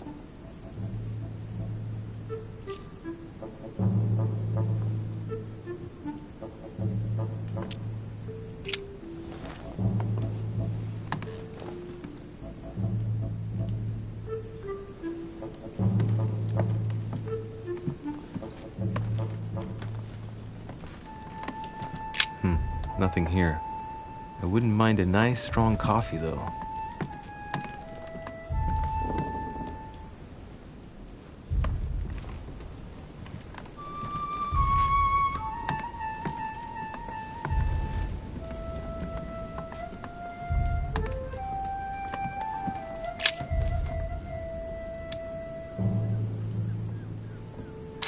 I don't see how it's technically possible for one type of ink to reveal another.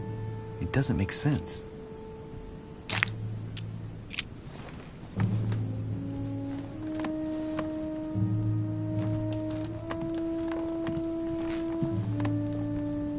Inspiration of St. Matthew, or Matthew writing his Gospel. I haven't even had time to unpack my cases.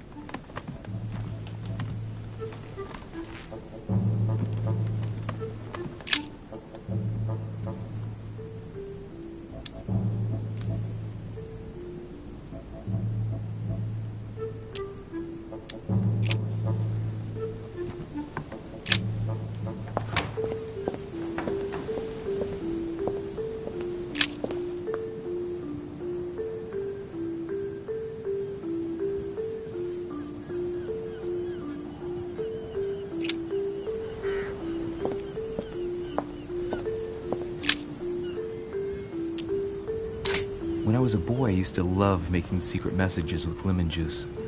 Handy for writing them, but useless for making them appear.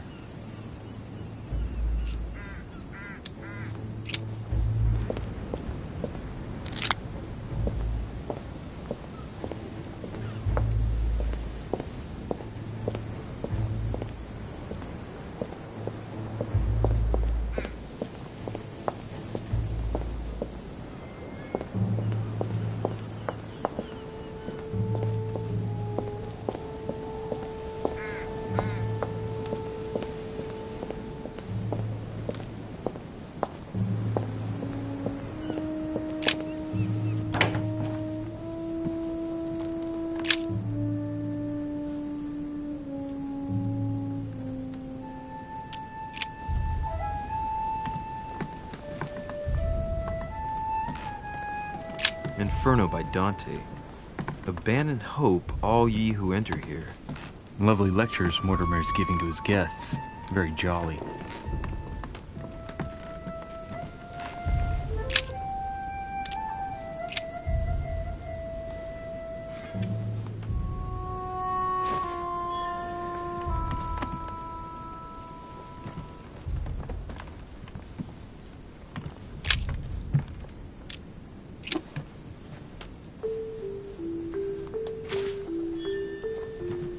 The incredulity of St. Thomas. Why is Caravaggio representing St. Thomas putting his finger in the wound? Thomas looks on but doesn't touch.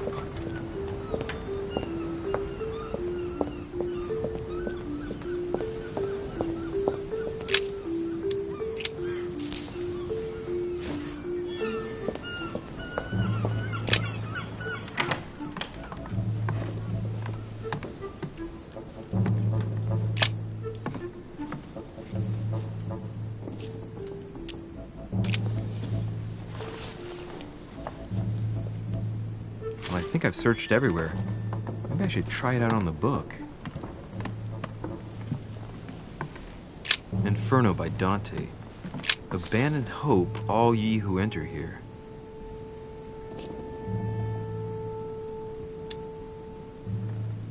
Aha! It's working! The heat reveals the message. Let's see what my mother wrote. Where all eyes size you up, you must pass by the Gorgon. Gorgon was the name of Medusa in Greek mythology. On the other hand, where all eyes size you up, I don't get it. And judging by the number of paintings in the manor, could be anywhere. After that, she adds, beware hero. The beast always charges the best protected soldier. And that's its weakness. What is my mother trying to tell me? If you've gone to so much trouble, you must not have only found something important, but you must have also felt like you were in great danger. Now I'd better hurry and find that damn Medusa. Sir, dinner is served in the red salon. Typical. I'm not hungry. Please give my apologies to all the guests. Sir Holm requests your presence, sir. Well, I guess I'm just gonna have to wait before going and looking for my Medusa. Tell him I'll be there in a minute.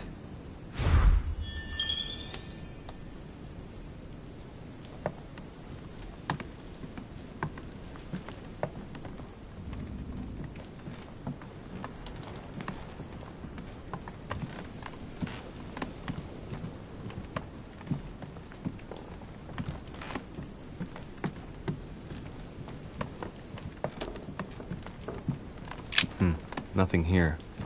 I wouldn't mind a nice, strong coffee, though.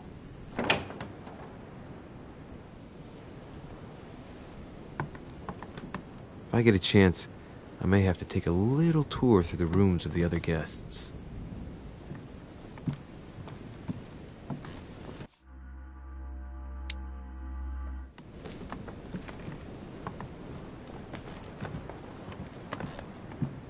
Monseigneur, His Eminence Cardinal Piaggi.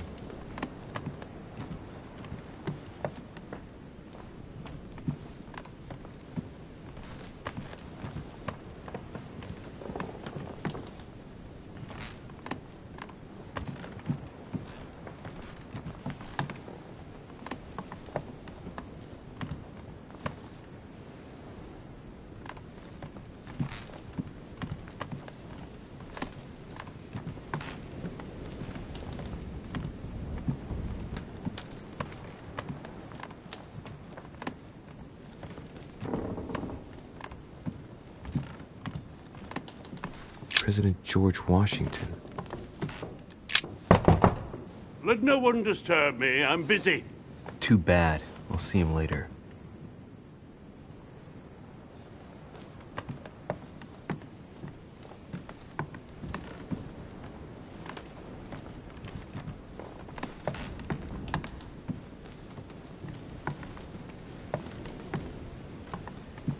That's the door to Elizabeth's room.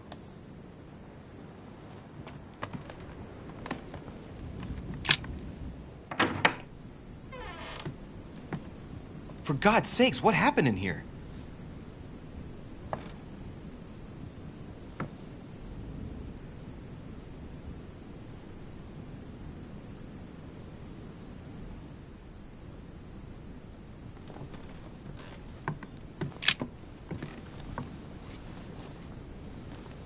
chest with a half-circle pattern.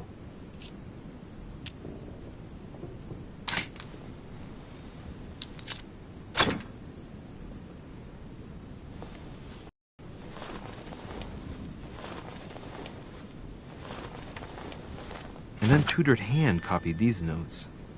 Looks like a healing method. Well, that's a pity. The writing is barely legible. Feet and hands are bound. A piece of cloth in the mouth prevents the tongue from being sectioned.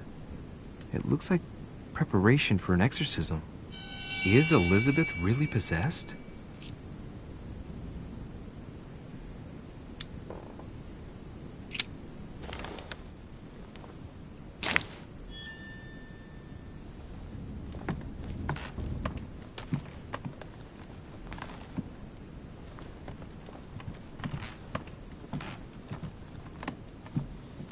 My dear Elizabeth, I'm writing to inform you of some unfortunate news. We won't be able to meet as planned on the first Sunday of May. I've been told that you're no better, and, unfortunately, your brothers and I are absolutely snowed under by the work required to govern this new country. Please excuse us.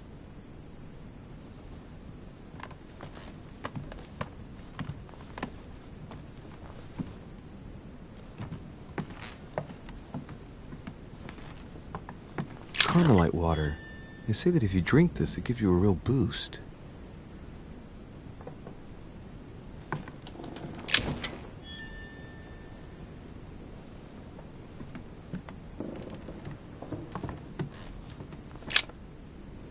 Looks like I found a box containing some kind of white crystals.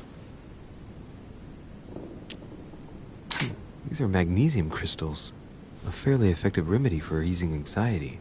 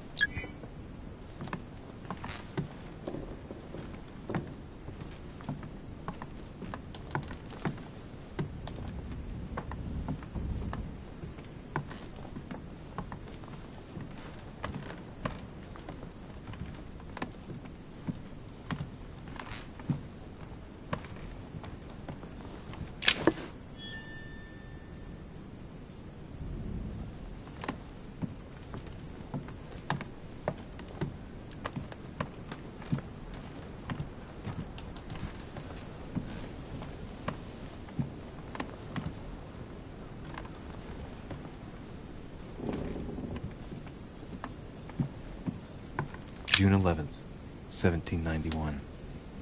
My dear Elizabeth, your last letter gave me much cause for concern. Your words were so cold, as if emotions. August 24th, 1792. Elizabeth, I am driven to despair and doubt there is any point in writing to you. I'm not even sure you'll receive my letters. Father controls my correspondence more and more. I am certain he filters our exchange. 30 November, 1791.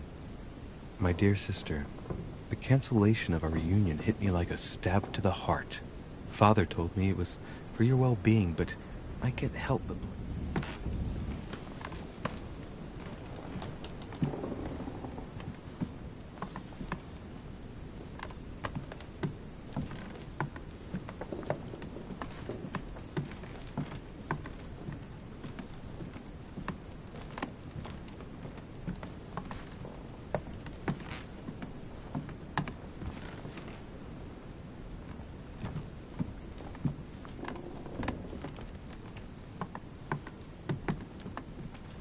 Right.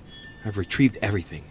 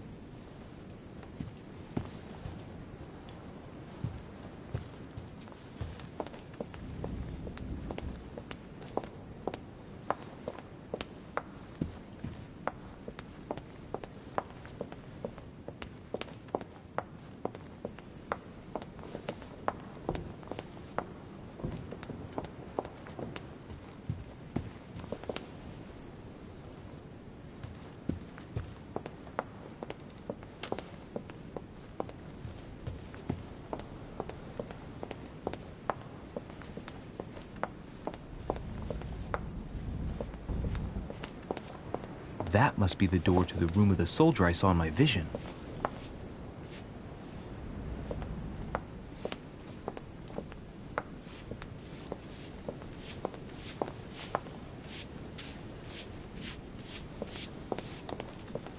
Might be better to take a different stairway.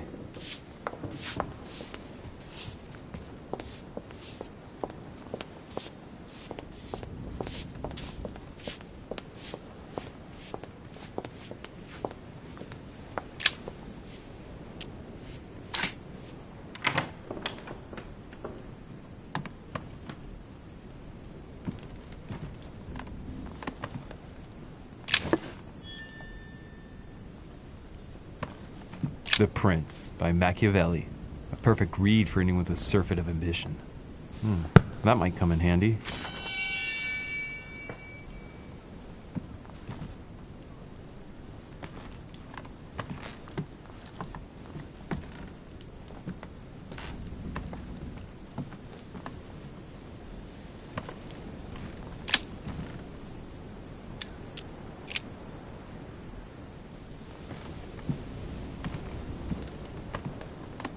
It's a beautiful weapon.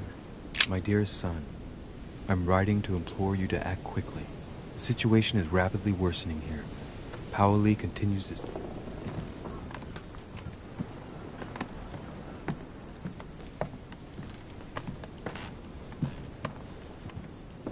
A bicorn decorated with a cockade. It must belong to a French soldier.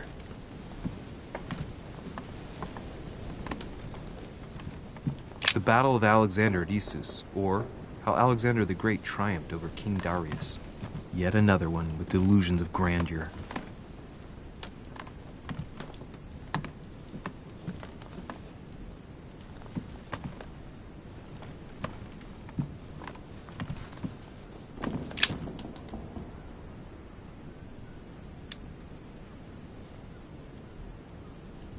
Honey, I couldn't have hoped for better.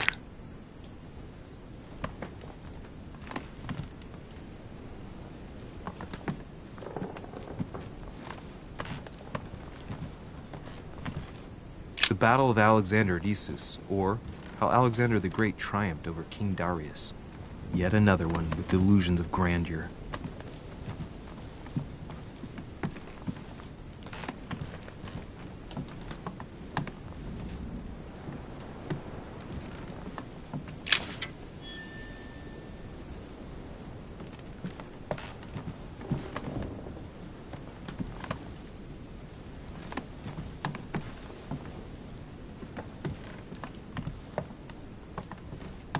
Hannibal crossing the Alps.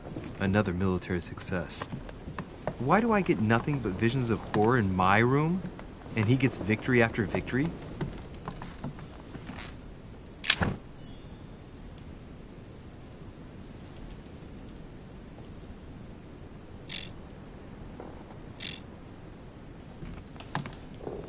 Vercingetorix throws down his arms at the feet of Julius Caesar by Royer.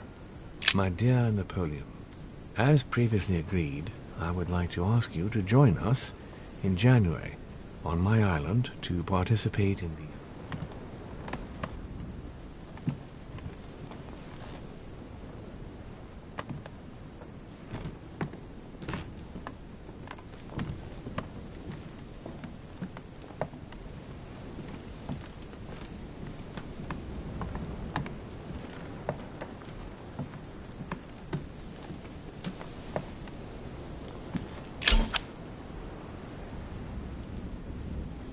Amber crystals. French actor Talma as Nero in Britannicus, the last emperor of the Caesar dynasty.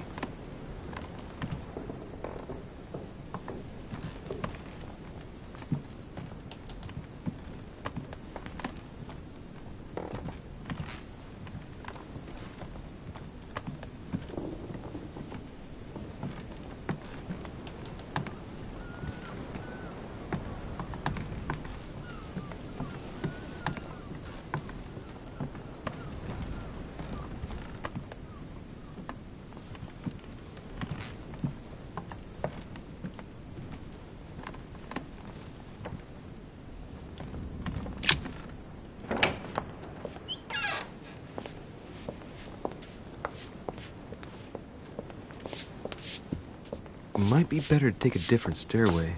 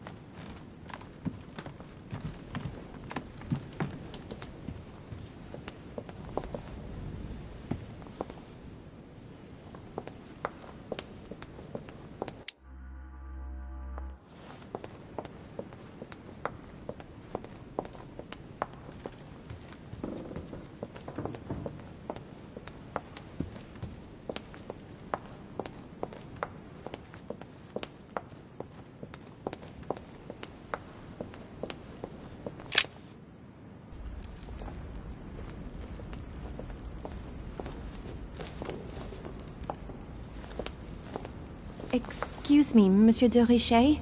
I really need to talk to you. Is this about last night? No, that was just a misunderstanding. I'm sure it was a little bit my fault, too. There's no excuse for that man's horrible behavior. You ought to tell Sir Home. Look, the only thing that I care about is that I've lost something precious. I'm not worried about Jacques Peru.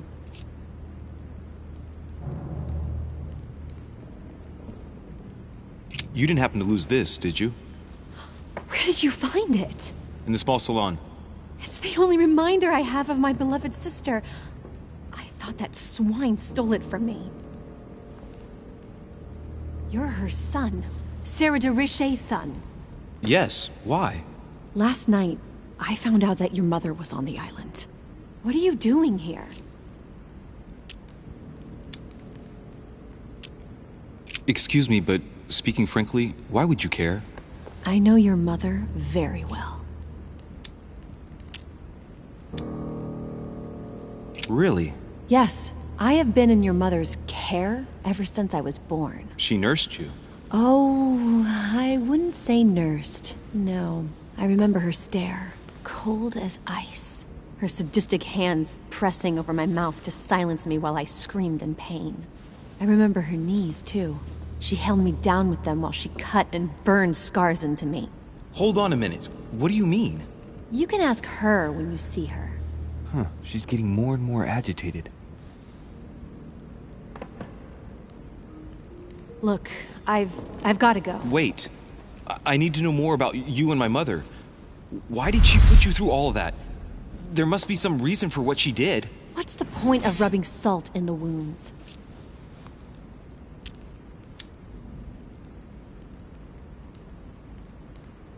Elizabeth. Confiding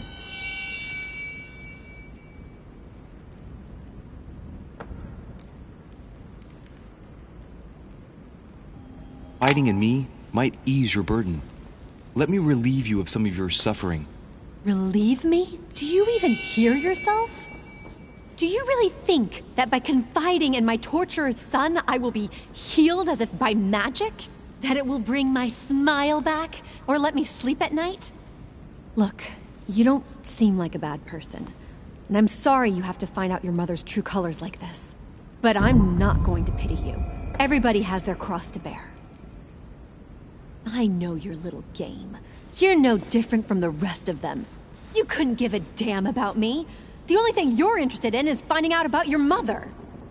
Don't say that. Not everyone wants to use you. Some people care about you, don't they?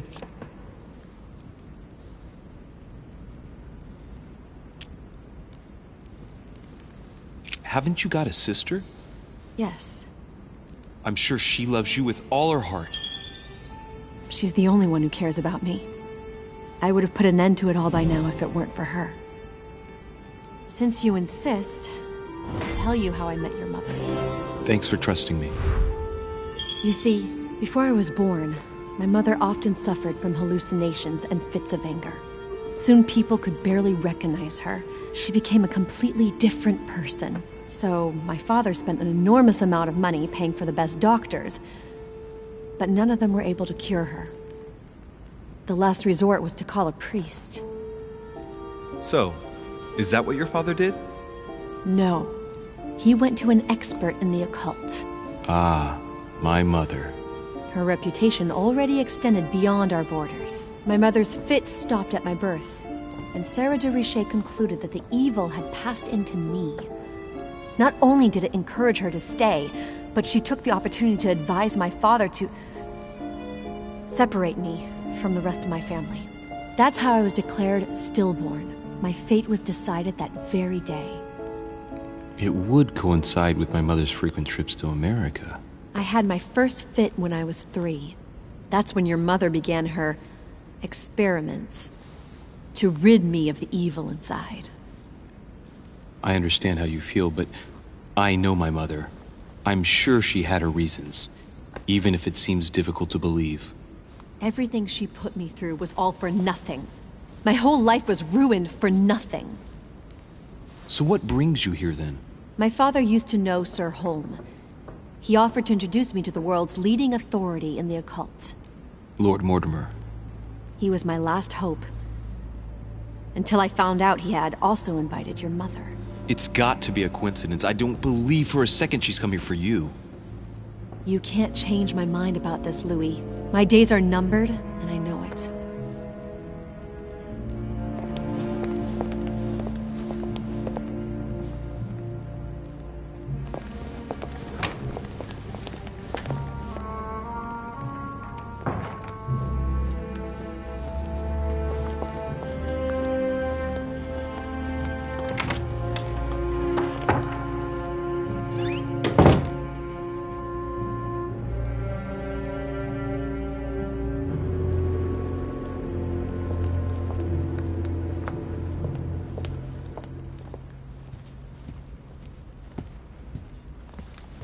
Crucifixion of St. Peter. He was crucified upside down, out of humility. Surprising for an entrance hall.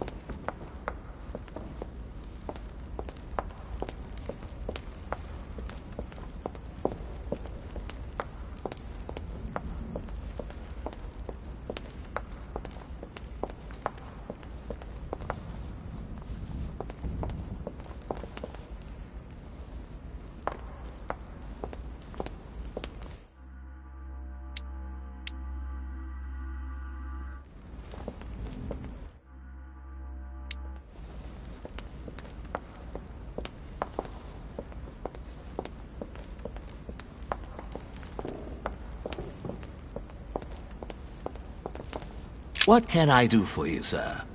I am at your service, day and night, sir. I would like to speak about your master, Lord Mortimer. Do please excuse me, sir, but I shall make no comment about my master. Is there anything else that sir would like to know? What can you tell me about the guests? Do excuse me, sir, but I am bound by discretion to say nothing about Lord Mortimer's guests, sir. Perhaps sir would like to know something else?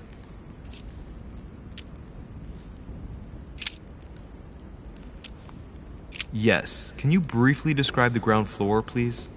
Very well, sir. On the ground floor, there are mainly living rooms. Sir finds himself at present in the Grand Hall.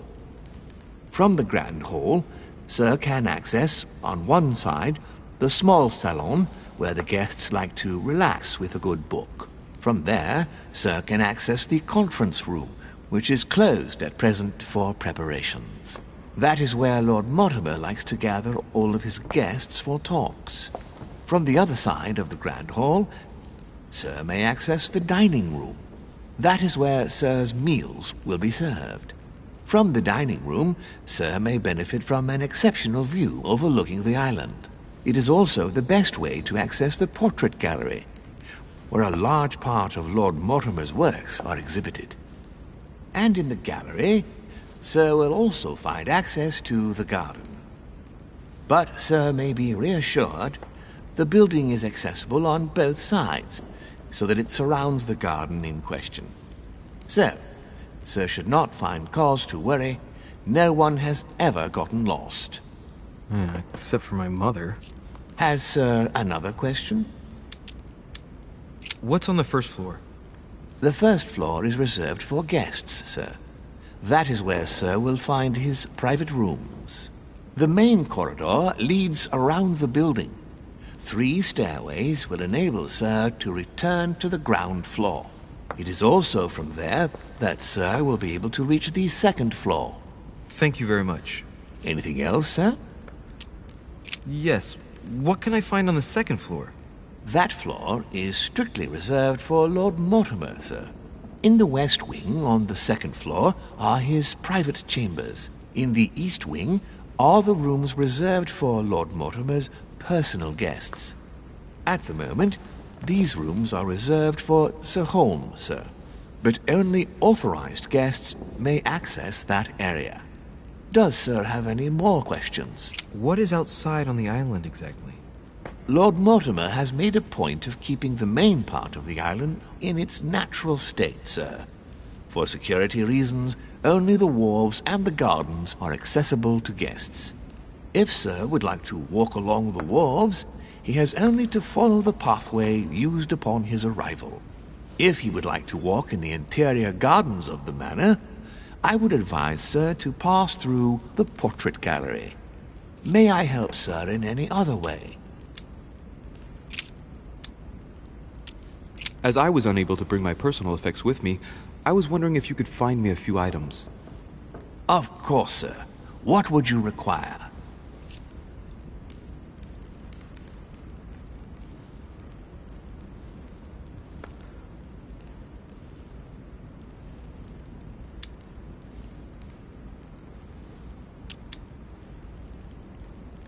My good fellow, would you have any amber available?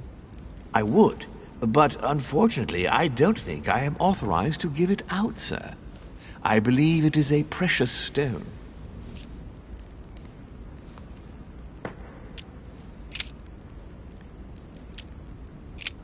What's that book you're hiding in your jacket? The Sorrows of Young Werther by Goethe, sir, and I am not hiding it. Hand it to me, please. It is damaged, sir. I would never dare lend Sir a book in such a pitiful state, sir. I took it to restore. Hang on, but it's mine. Beg pardon, sir? It's my book. I'm telling you, it's my book. With all due respect, sir, I hope Sir will understand that I have doubts. You see, I found it in Lord Mortimer's library. Huh, there you are then. That's exactly where I left it.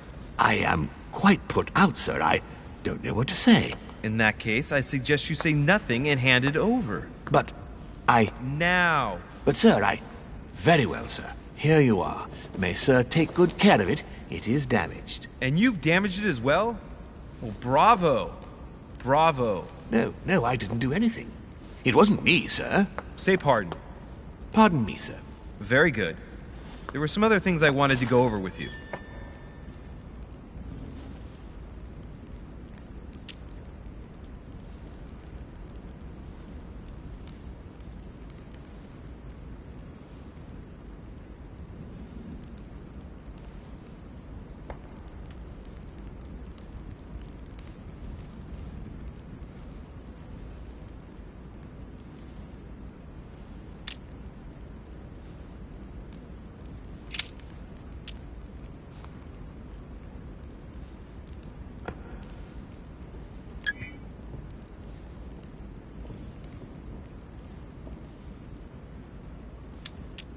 As I was unable to bring my personal effects with me, I was wondering if you could find me a few items.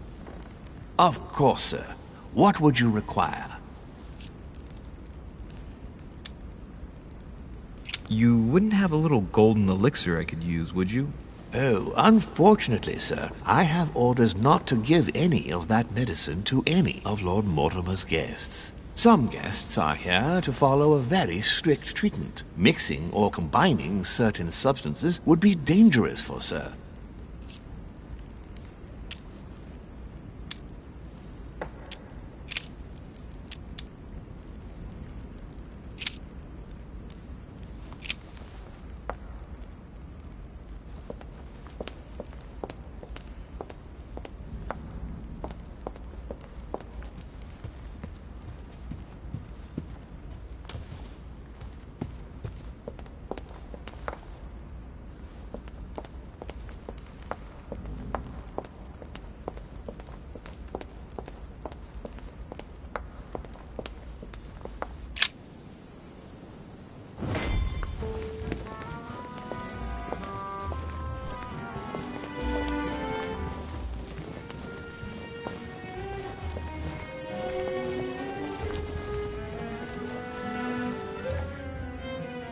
Dear friends, I bid you welcome. I hope the night was not too short. Your Eminence, Duchess, Monsieur de Richet, allow me to introduce our new guests. They arrived during the night. Johann Christoph von Wollner, Minister of Religious Affairs and close aide of Frederick William II, King of Prussia. Napoleon Bonaparte, Lieutenant of the French Revolutionary Army. And Jacques Peroux, French Revolutionary Tribunal Judge. Unfortunately, my friends, Lord Mortimer will not be joining us this morning, but he should be with us later. So, let us begin. What is Mortimer playing at? He tells me to come urgently and he sends no one to meet me? Thank you again for the wine, Your Eminence. It is served every day at the King's table. I am delighted to hear it. Volner and Piaggi seem to be getting along well. Who does not know of her, sir? Yes. Surprising when you know Volner prohibited religious practices in Prussia. Renowned member of the Rose Croix Order, former Freemason, and great lover of alchemy. And look at Piaggi fawning over him. I really do have a problem digesting political protocol. My dear Johann, how are you? Glad to make landfall at last. And yourself? Very well. And your husband? He's poorly. The French Revolution gives him terrible headaches. Oh, I understand. I shall feel better too, as soon as the situation is settled. If by chance the French crisis is emulated in Berlin, there will always be a refuge for you in London, my dear. Your offer does you honor, Emily. But London is much closer to Paris than Berlin. Beware. The French are capable of sailing up the Thames straight to the Houses of Parliament. Oh, my friend, I am shaking in my clogs. No. Is the wine to your liking? Very much so, Sir Gregory. Such complexity. Typically French. A Sauterne, isn't it? Absolutely. If I'm not mistaken, this is not Lord Mortimer's favourite wine. It is yours. In his absence, I have taken the liberty of making a slight deviation from the rule, but I count on your discretion. Don't worry, I appreciate the same grape varieties as you. I remember the last time we tasted that nectar here at this table. The finest minds of the century were present. And the last time we drank it, the orphanage in Bloomsbury was still in ruins.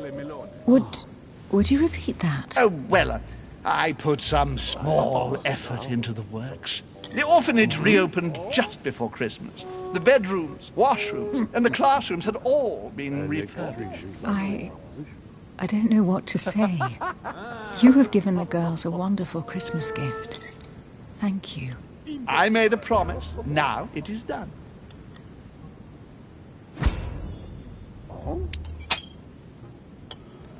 It's the first time I've ever seen her so moved. Just mentioning that orphanage broke right through Emily's hard shell.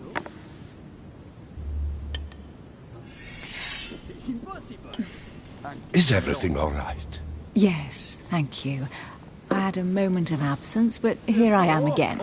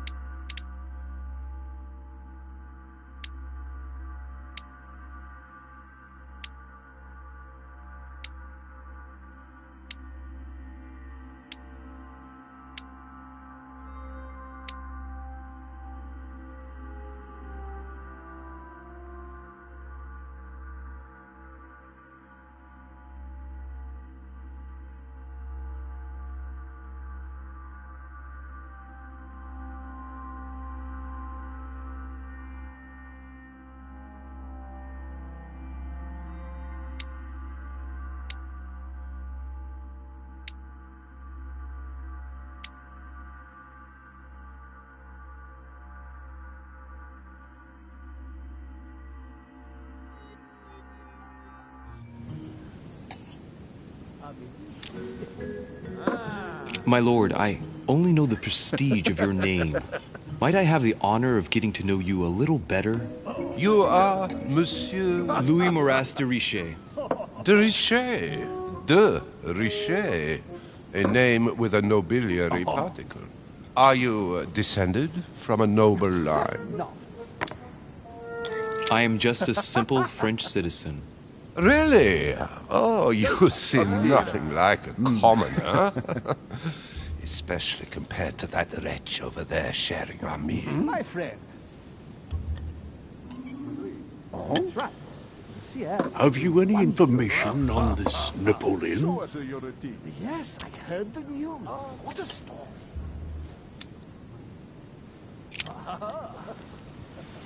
What do you think, madam? Please, feel What is this Bonaparte doing here? The presence of a soldier is never a good sign. It can only mean there's going to be further war. To answer your question, I only know that his family were in favor of the revolution, and that it almost cost them their lives. Thank you, that's helpful. Monsieur de Richet, it would seem we have common interests. Could we speak in private, please? Not really.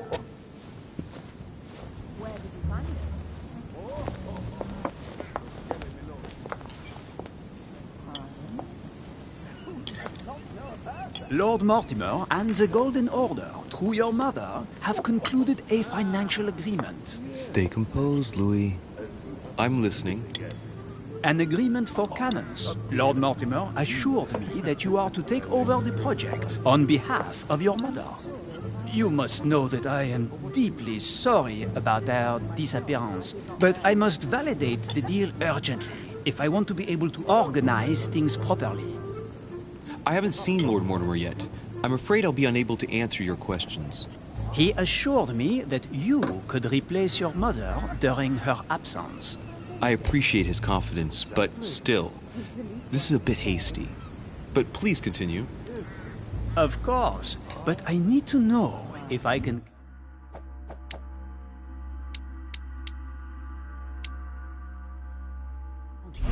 among my allies. Well, of course. And for that, I have a little question for you. The agreement stipulates an aid of 50,000 louis d'or for 200 cannon.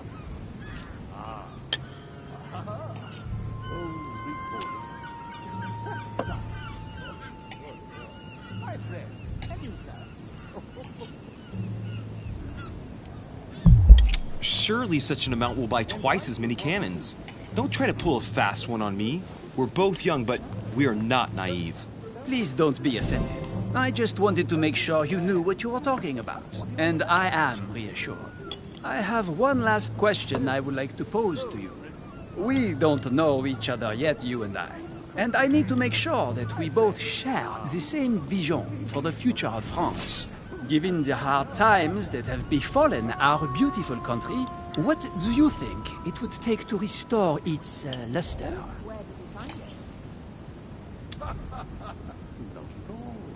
I think what France is lacking today is a truly strong leader ready to govern her. Someone who will restore her luster, who will propel her forward so once again she becomes a proud nation respected by all. A man capable of both rebuilding the country from the inside and, at the same time, developing exterior relations. Someone with a vision, I think. The right person still remains to be found. You're right, my friend. I hear your words, and I agree. Monsieur de Richet, I am reassured. I am very happy to have met you. Lord Mortimer was right to put his trust in you. I hope to work with you in the very near future. I would like to thank you for your support by offering you this humble little gift. Reflections on the Revolution in France. Monsieur Bonaparte, I thank you for this gesture, and please know that I, too, am delighted to have met you. My friends, I would like to say a few words, please. I would like to thank Lord Mortimer, and you, Sir Holm, for bringing us all together here. Those of us for whom it is not the first time here, like me, are all trembling in sweet anticipation of the arrival of our host. For the rest, I would like to reassure you that Lord Mortimer always has a few surprising projects to propose. But I can assure you that each and every one of us has always benefited from them. The last time I came to this place, Lord Mortimer offered to help me in my electoral campaign for the presidency of the United States. And it is imminently clear that his support was an invaluable aid to us. We are here among like-minded people. So let us put aside the conflicts in which some of our nations find themselves at present. So I raise my glass in honor of you all, my new and old friends. I trust you shall not be disappointed, Mr. Washington. Right, we shall meet again tomorrow. All the guests will be present, as well as Lord Mortimer, I hope. Until then, I trust you will find plenty to keep you amused.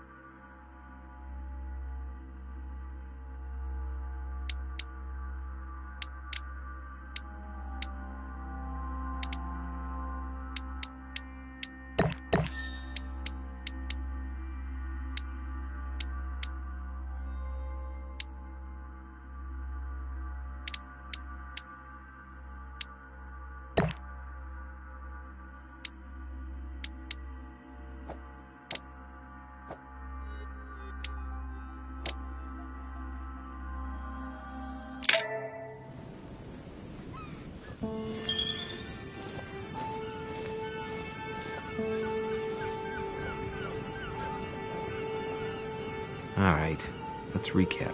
Before dinner, I was going to investigate my mother's message. I've got to find the place where all eyes size you up.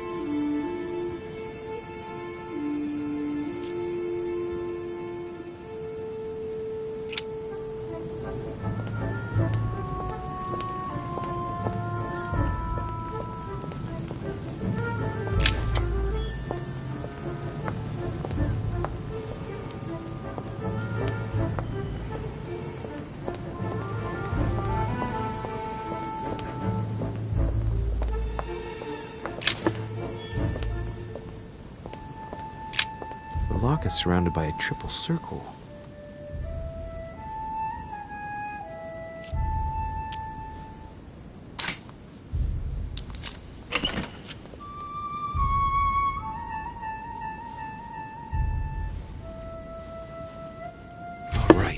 I've retrieved everything.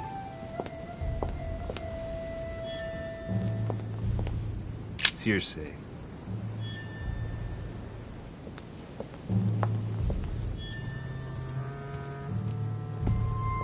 Dining on ham. Well, that's very appetizing.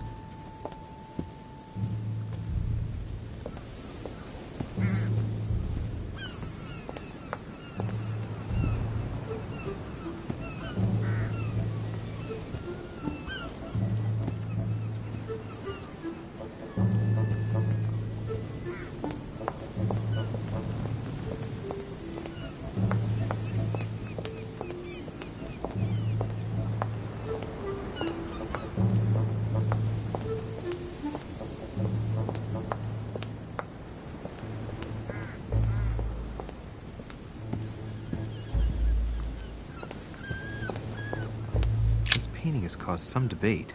Who did Dosi paint? Alcina the fairy or Circe the magician? A swine in a salon. That's an odd choice of decor.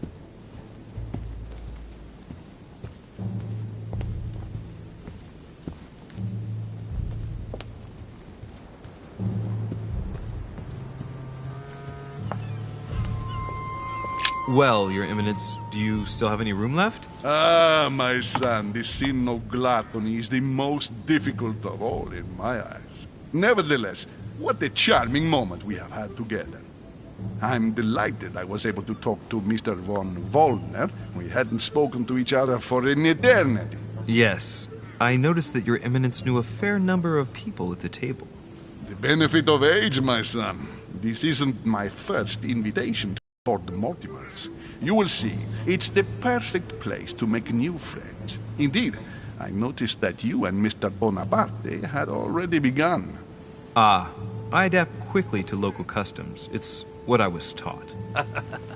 And you are right to do so, my son. But tell me, have you had any news of your mother since your arrival? Alas, still nothing, Your Eminence. But I still haven't been able to meet Lord Mortimer. Do not worry. It is typical of him. What can I say? Lord Mortimer is a very busy man. I should think you are beginning to worry. To tell you the truth, not really. You are right. Be positive. Perhaps Sarah is in the company of Lord Mortimer, and they will both turn up shortly. But while I have you with me, I have a question for you. Go ahead, Louis. What can I do for you?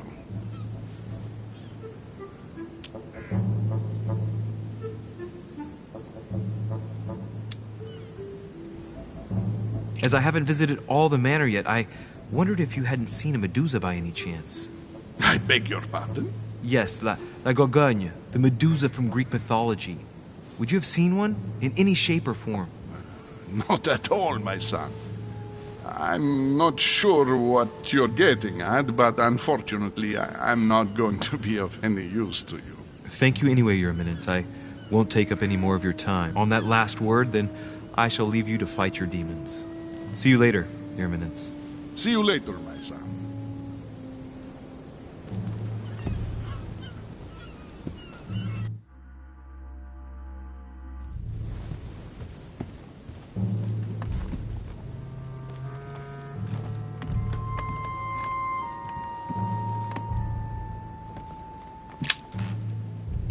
Amber crystals.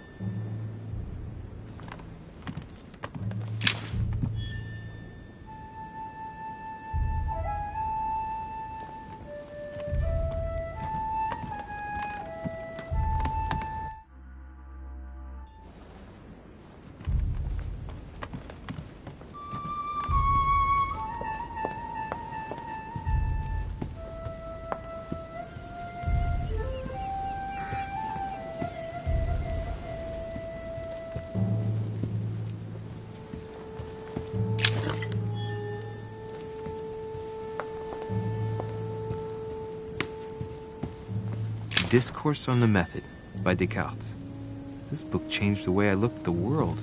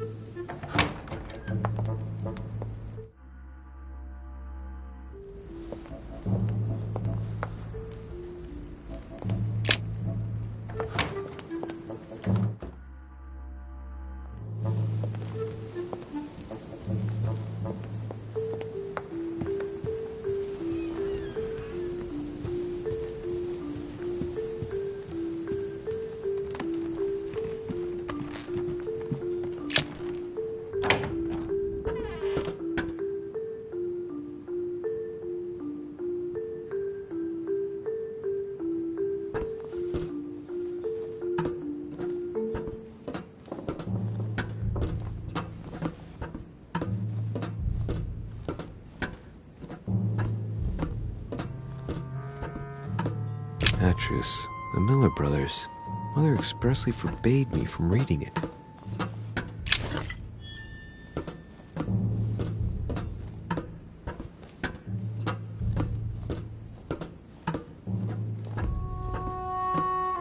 Atrus, the Miller brothers. Mother expressly forbade me from reading it.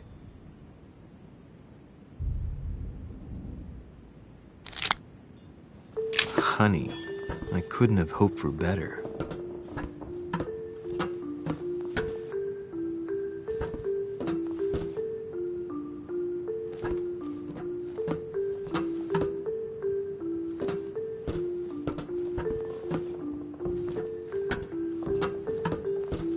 Pages out of an old encyclopedia.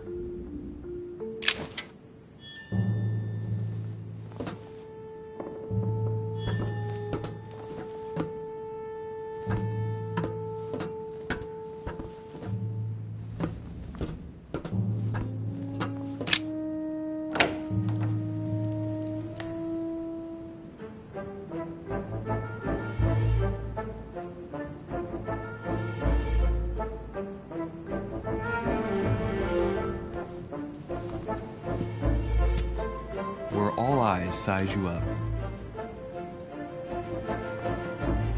Chances are, that's the room my mother spoke of. And she also spoke of a Medusa. Should I go and try to find the creature now?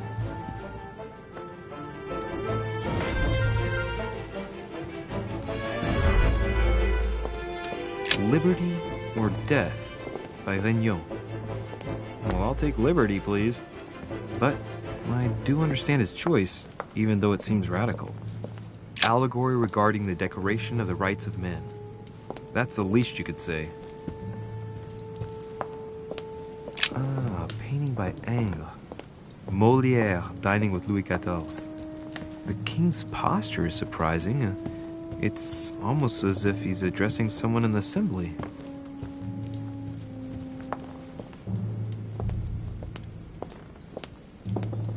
Celia. That name means nothing to me.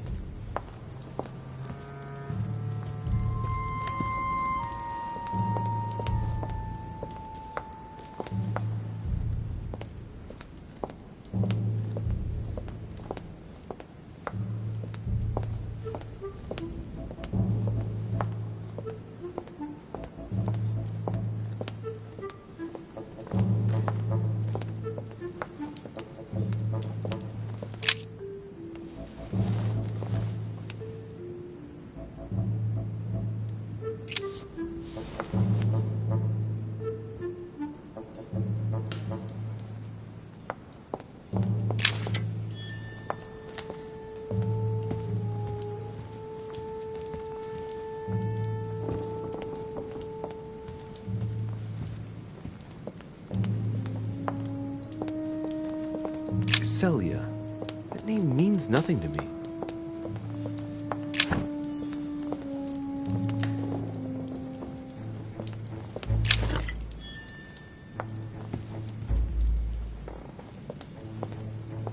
The Last Supper by Leonardo da Vinci. The last day before his crucifixion, Jesus announces that he will be betrayed by one of his disciples. A meeting between Louis XIV and Philippe V. I wonder why Mortimer's particularly fond of this painting.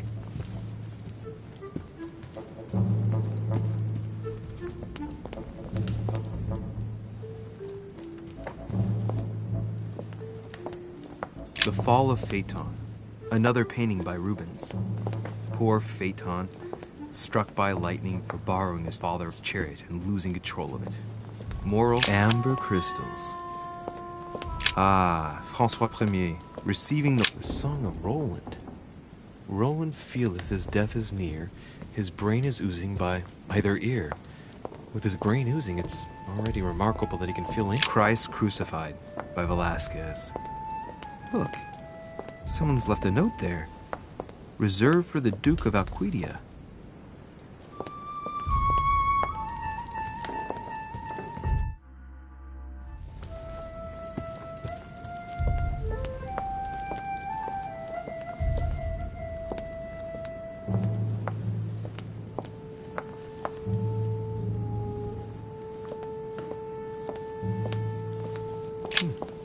A painting with no name.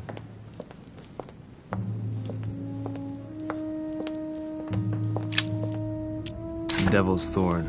I'll keep it.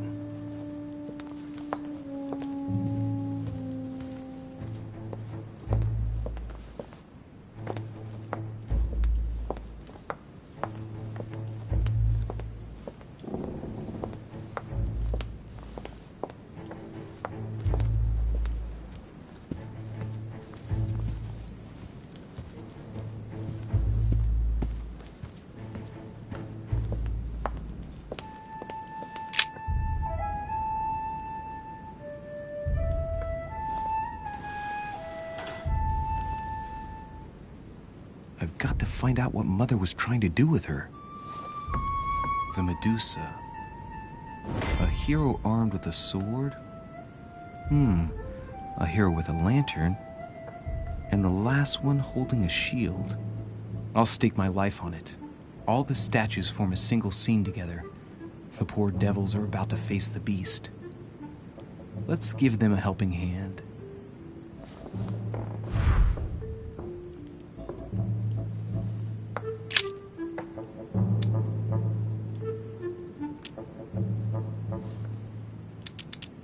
The clue I found said, "Beware hero. The beast always charges the best protected. That is its weakness." That's the key. The best protected hero is the one holding the shield. Thank you, Mother.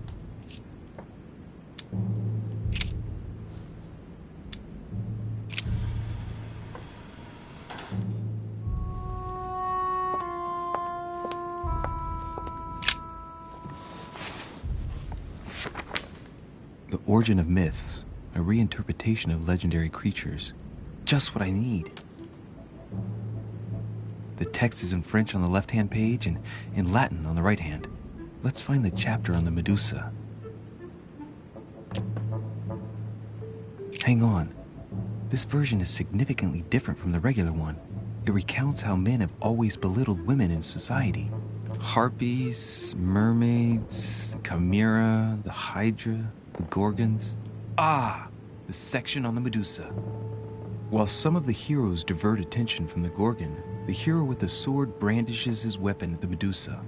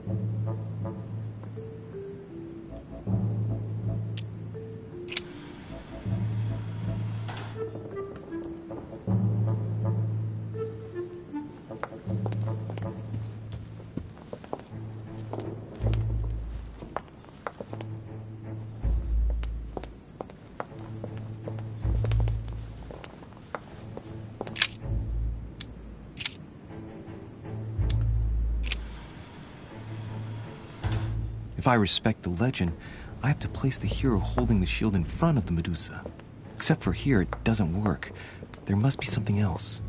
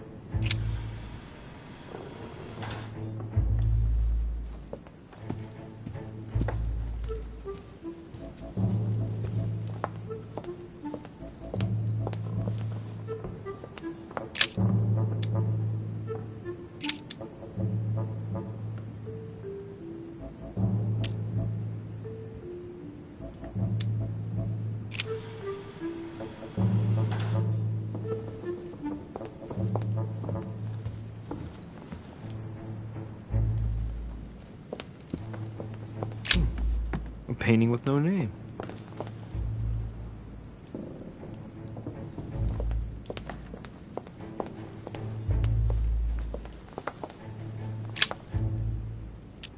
Honey, I couldn't have hoped for better.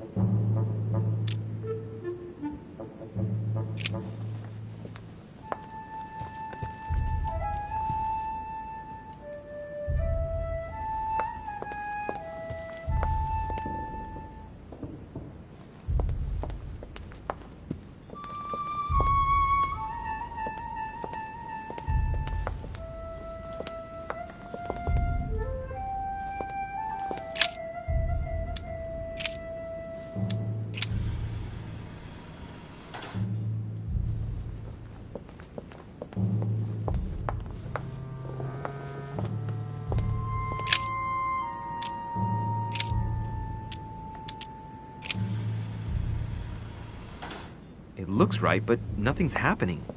Maybe, in this position, the hero with the shield is just dazzling his colleague.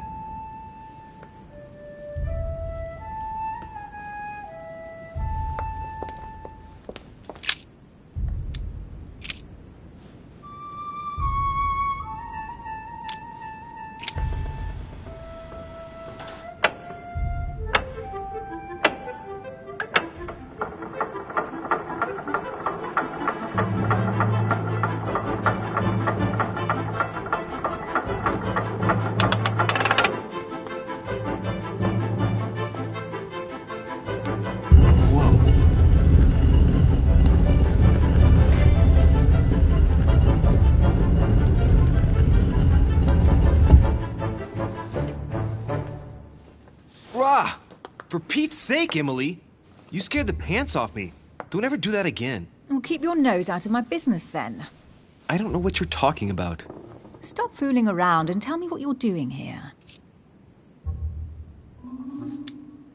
I was feeling a bit peckish. I went in search of the kitchen and I ended up here. Your sense of direction is mind-boggling, isn't it? Well, no matter. I'll tolerate your presence this one time. Now, since you're here, make yourself useful. Look around on your side. I'll do the same on mine. And if you find anything of interest, let me know. Oh, yeah. In your dreams. At your service, madam.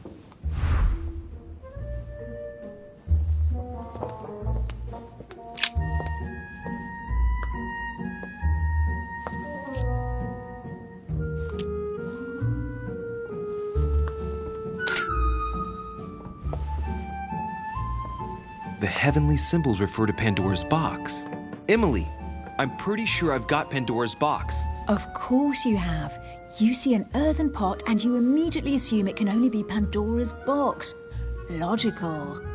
What I like about you, Louis, is that you never fail to surprise me.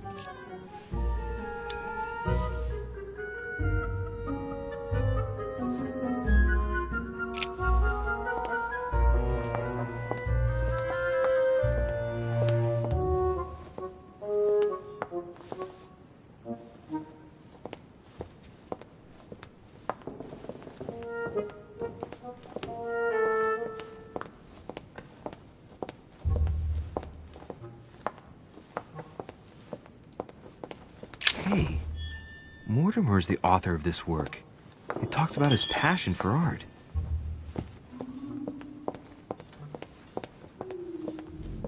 A golden fleece. It's freezing. Hurry up. Cold? You want a rug? It'll warm you up. I wouldn't be caught dead in that horrible thing. That's a pity. The gold color brings out your eyes. And your flattery brings out your boorishness. An unofficial gospel? You'd be more likely to find this kind of book at the Vatican.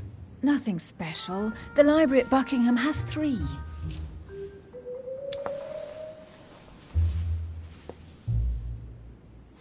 The Gospel According to Judas, or How to Crucify Jesus as Part of God's Plan. You do realize that the contents of this book could undermine the very foundations of Christianity. One more reason to leave it in the secret room of a lost manor on a private island. Do you realize how important this book is? Of course, but what I really want to know is how did it come into Mortimer's possession? I was thinking the same thing about all the paintings and sculptures in the manor.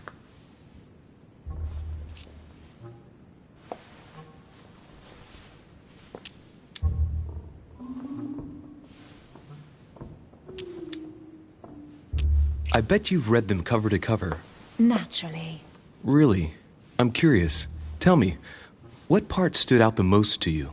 The passage where Mary says to Joseph, "Hey, you, shut up." In other words, you haven't even opened one. A Greek drachma. One of the rare ancient coins to be mentioned both in the Bible and in the Quran.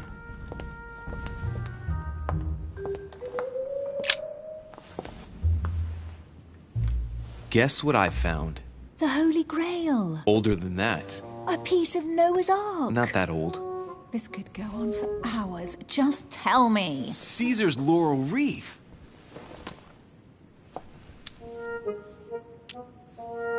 The workmanship on this crown is amazing.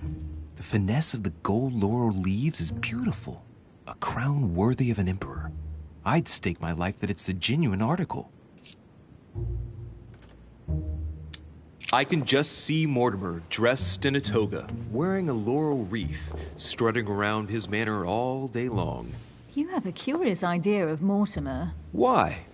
He's eccentric, like all the English are, isn't he? Well, if Peru stands for French grace, then if I were you, I wouldn't be making that sort of remark.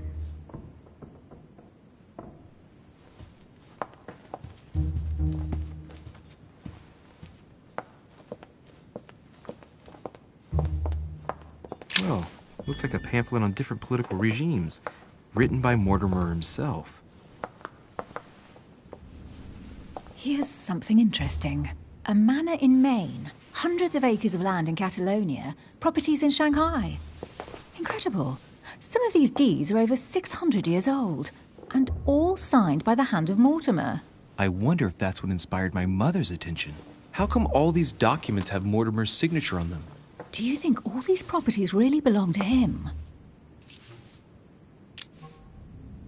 See those fine scratches around the words? Yes, and?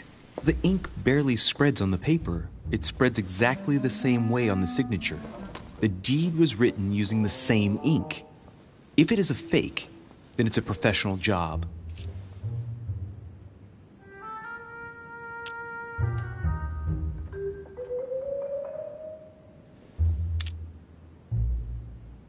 These documents must be fakes. No man can own that many original works, no matter how rich he is. Be careful. The Order has tried many times to estimate his personal wealth without ever succeeding. And look here. Castles in Scotland, vineyards in Italy, districts in Venice. He's richer than some European countries. These documents are intriguing, but do you really think that's what attracted your mother's attention here? And how do you know my mother was interested in this room? I didn't know, I just supposed she was. And you just confirmed it. So, do you think she found what she came for? I don't know. She was obsessed with Mortimer, and I must confess these property deeds are troubling. If that's the case, why would she have left them? Once again, I don't know. We'll have to ask her when we find her. And what's your take?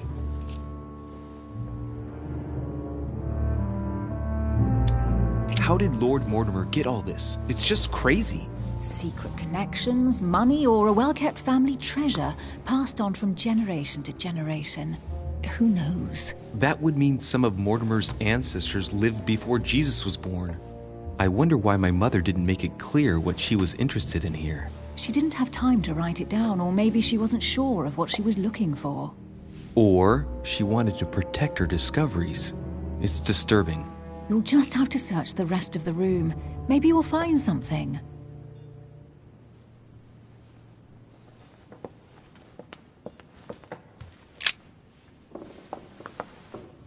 You should see this sword, Emily. It's magnificent. I'm busy. Describe it to me.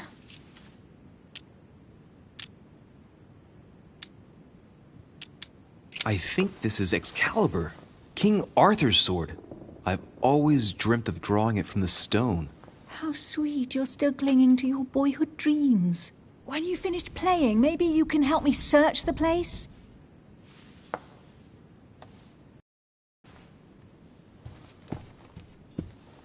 A fragment of amber.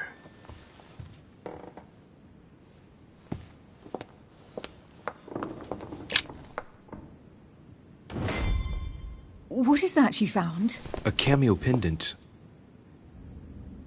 What's going on? Nothing.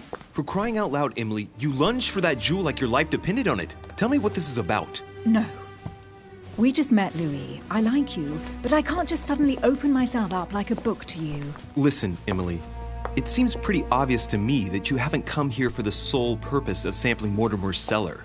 Stop all the clever evasions and just trust me. And why the hell should I place my trust in you, Louis?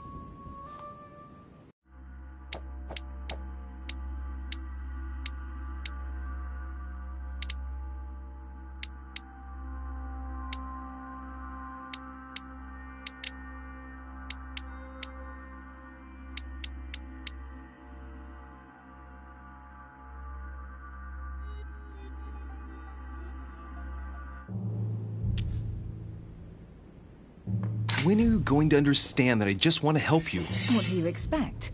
That I'll fall into your arms and say yes to everything you want? What are you talking about? I'm only asking you to trust me a little. If only on principle, as a member of the Golden Order, for example. I'll admit you are fairly reliable. That's it? I was expecting more. Well, I'm prepared to trust you when it comes to choosing a French cheese. But I've nothing to gain by confiding in you any further than that. Nothing to gain? Damn it, Emily! I'm only trying to help you. Stop needing to gain something all the time. Because you think I need help?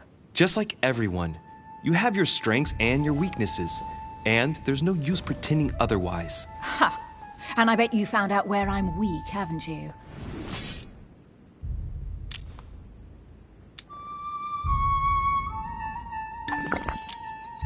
Pragmatic, intelligent, sure of herself. Her only weak spot is her difficulty talking about herself. I don't know much about your past, but I'm guessing you had to get by on your own for much of your life. It might have closed you off, and that can be a disadvantage. It might be time for you to open up and risk a little trust. Not every man you meet wants to hurt you. Yes, you may be right.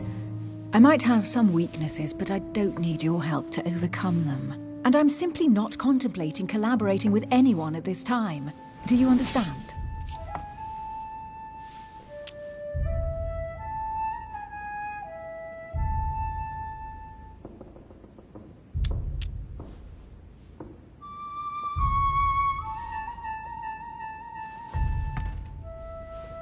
Oh, it's crystal clear. You don't like people telling you what to do, and you do like giving the orders to everyone.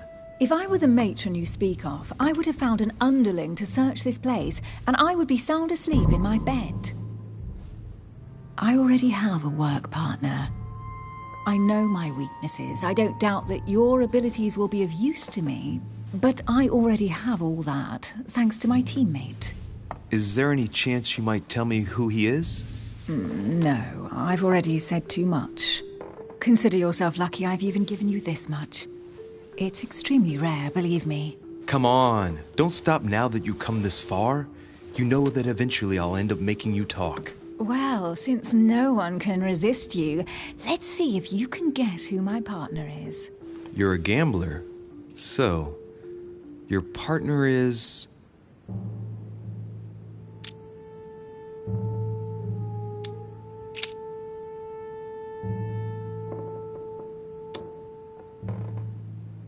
It's as obvious as it is surprising. You're my mother's hard-hitting partner. Oh, God, do you really believe the nonsense that comes out of your mouth? Well, a second ago I did. A little. Sorry, Louis. Your mother is not my partner.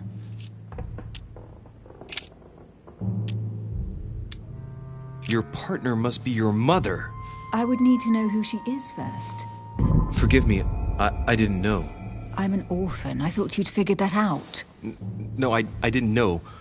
Otherwise, I wouldn't have mentioned it. Now you know.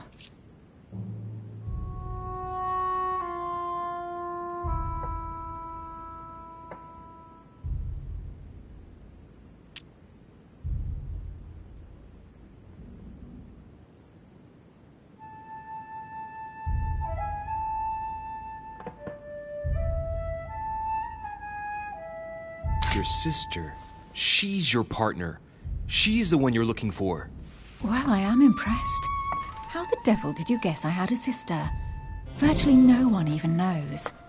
When it comes to getting results, you are very good, I grant you that. You deserve to know why the sight of the cameo pendant affected me so strongly. I thought it belonged to Emma, my twin sister. Oh. Now I get why you said you had a memory for two. Yes. You can't imagine to what extent, though. As children, everyone got us mixed up. So one day we decided to play along. Since then, we have become one and the same. We have officially erased the identity of my sister Emma. Emily Hillsborough. The woman with two faces. Clever. But isn't it complicated? How do you make it work? One of us has no existence in the outside world. We share everything. First for one, then for the other. We dress the same, wear the same makeup, we speak the same. We've learned to act as one. When we accept a mission, we both turn up. This time, though, she went ahead, and I was meant to wait for her on the mainland. She was meant to meet Sir home and bring back the details so we could work out who would follow up. And there was a problem? She was supposed to return from Mortimer's 1 week ago. The boat turned up at Plymouth, but alas, no trace of my sister. Instead, a sailor passed me a message from home, notifying me of her sudden disappearance. So, my mother and your sister go missing just a few days apart. That's strange. Maybe their disappearances are linked. It's clearly a possibility, but up to now I haven't found a trace of either of them. None of this is very reassuring. By the way, Louis, now that you are in on the secret, you are obliged to keep it to yourself, or you will pay very dearly. Don't worry. Your secret is safe with me. It's time to leave.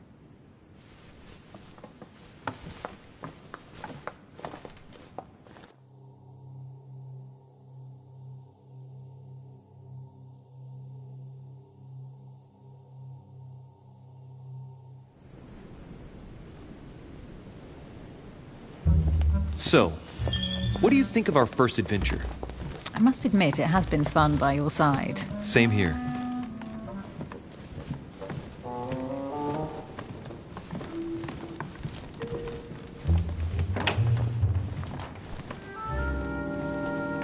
Oh, she's been drinking too much again. Louis, I need to talk to you right now. Good evening, Elizabeth. Actually, this is not a good time. I'm begging you, please don't leave me alone. I'll be waiting for you in your room, but don't be late.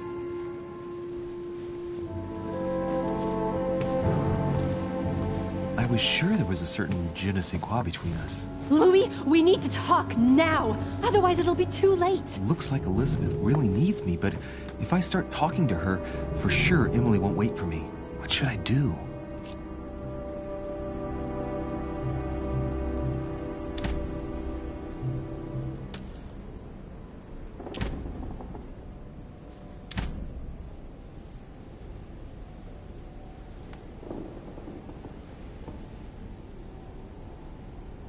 Sorry, Emily, but I can't leave Elizabeth like this. All right, Elizabeth. How can I help? Thank you. Come on, follow me.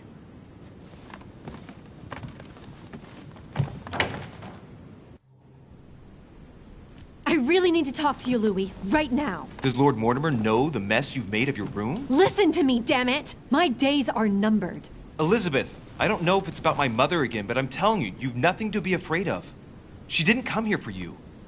I saw her. Saw who? You saw my mother? When? Just last night. I went out to walk along the cliff top and I saw her in the distance. She tried to hide right away, but I'm sure it was her. Are you saying you recognized my mother in the middle of the night? While she was hiding? Yes, Louis. I know it was her. You just said she was far away, right? In the middle of the night. And the exterior of the island isn't exactly well lit. Listen, I'm telling you it was her.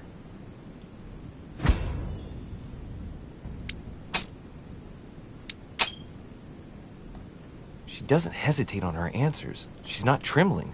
She's really convinced of what she's seen. Did you talk to each other? No, she was far away. I didn't make any noise, and then she was gone. Have you told anyone you've seen her? Sir Holm? Mortimer? You don't understand. It's her. She's here. Yes, I understand. No, you're not listening.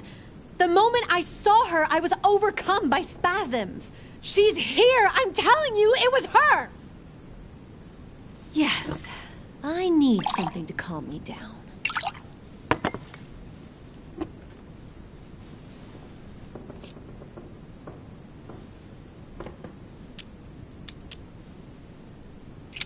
Drink with you, but let's go easy on it, okay?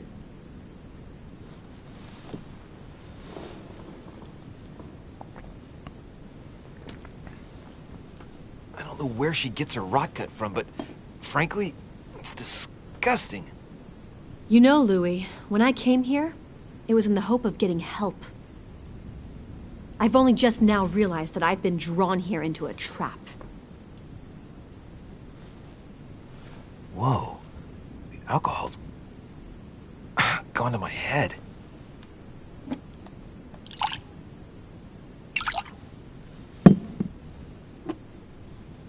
Here, the condemned's last drink.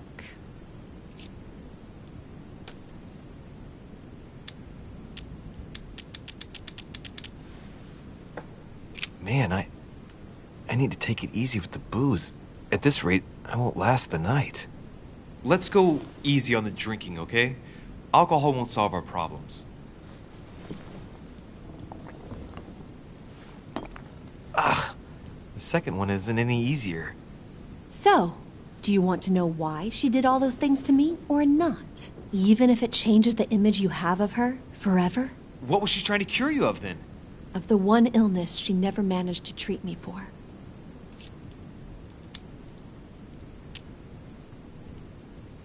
Come on, Elizabeth.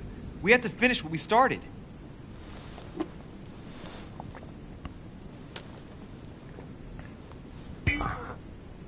I feel all dizzy. There must have been a reason.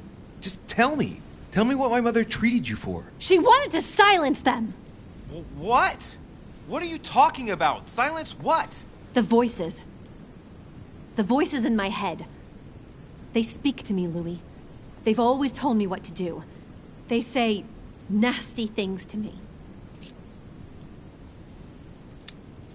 Elizabeth, are you saying that spirits talk to you?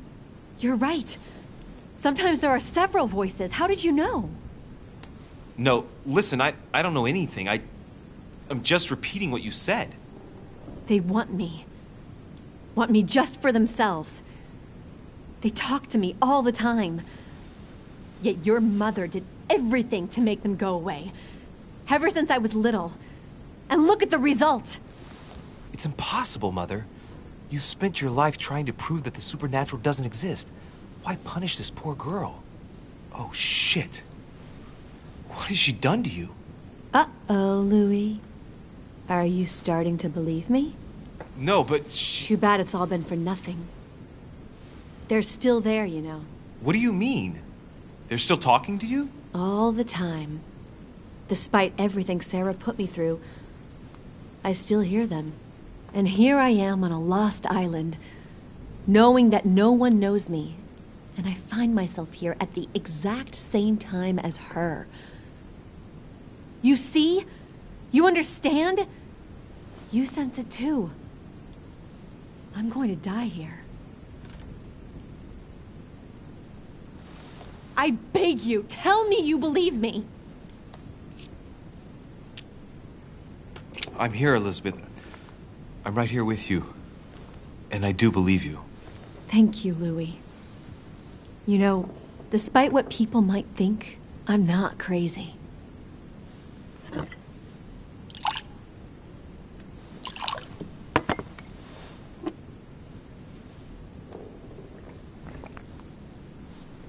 My God, Elizabeth, how is this possible?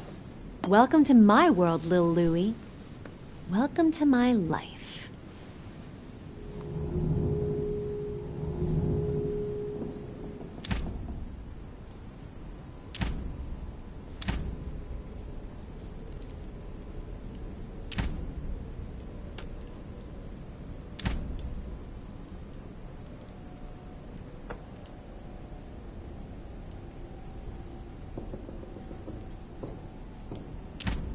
Let's not rush into things.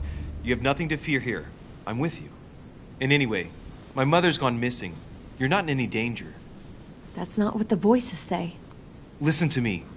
Don't give up. You must resist. And tomorrow, you'll see. Things will be better. You like my little concoction, don't you? That's rare. What?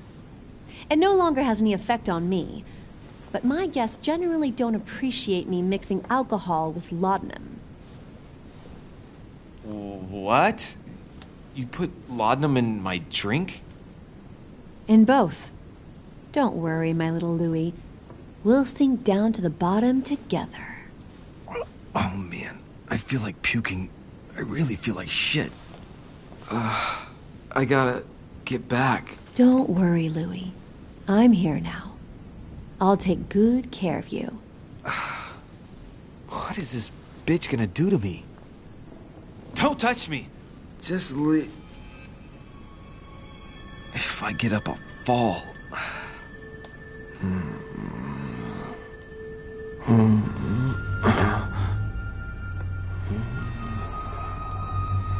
Oh, little Louie's tired. Leave everything to me.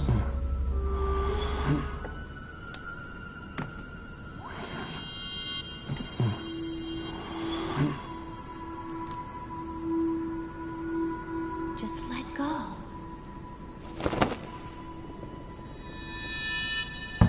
Mademoiselle, may I come in?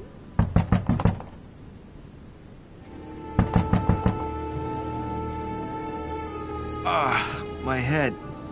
I shouldn't have drunk so much. Oh, shit.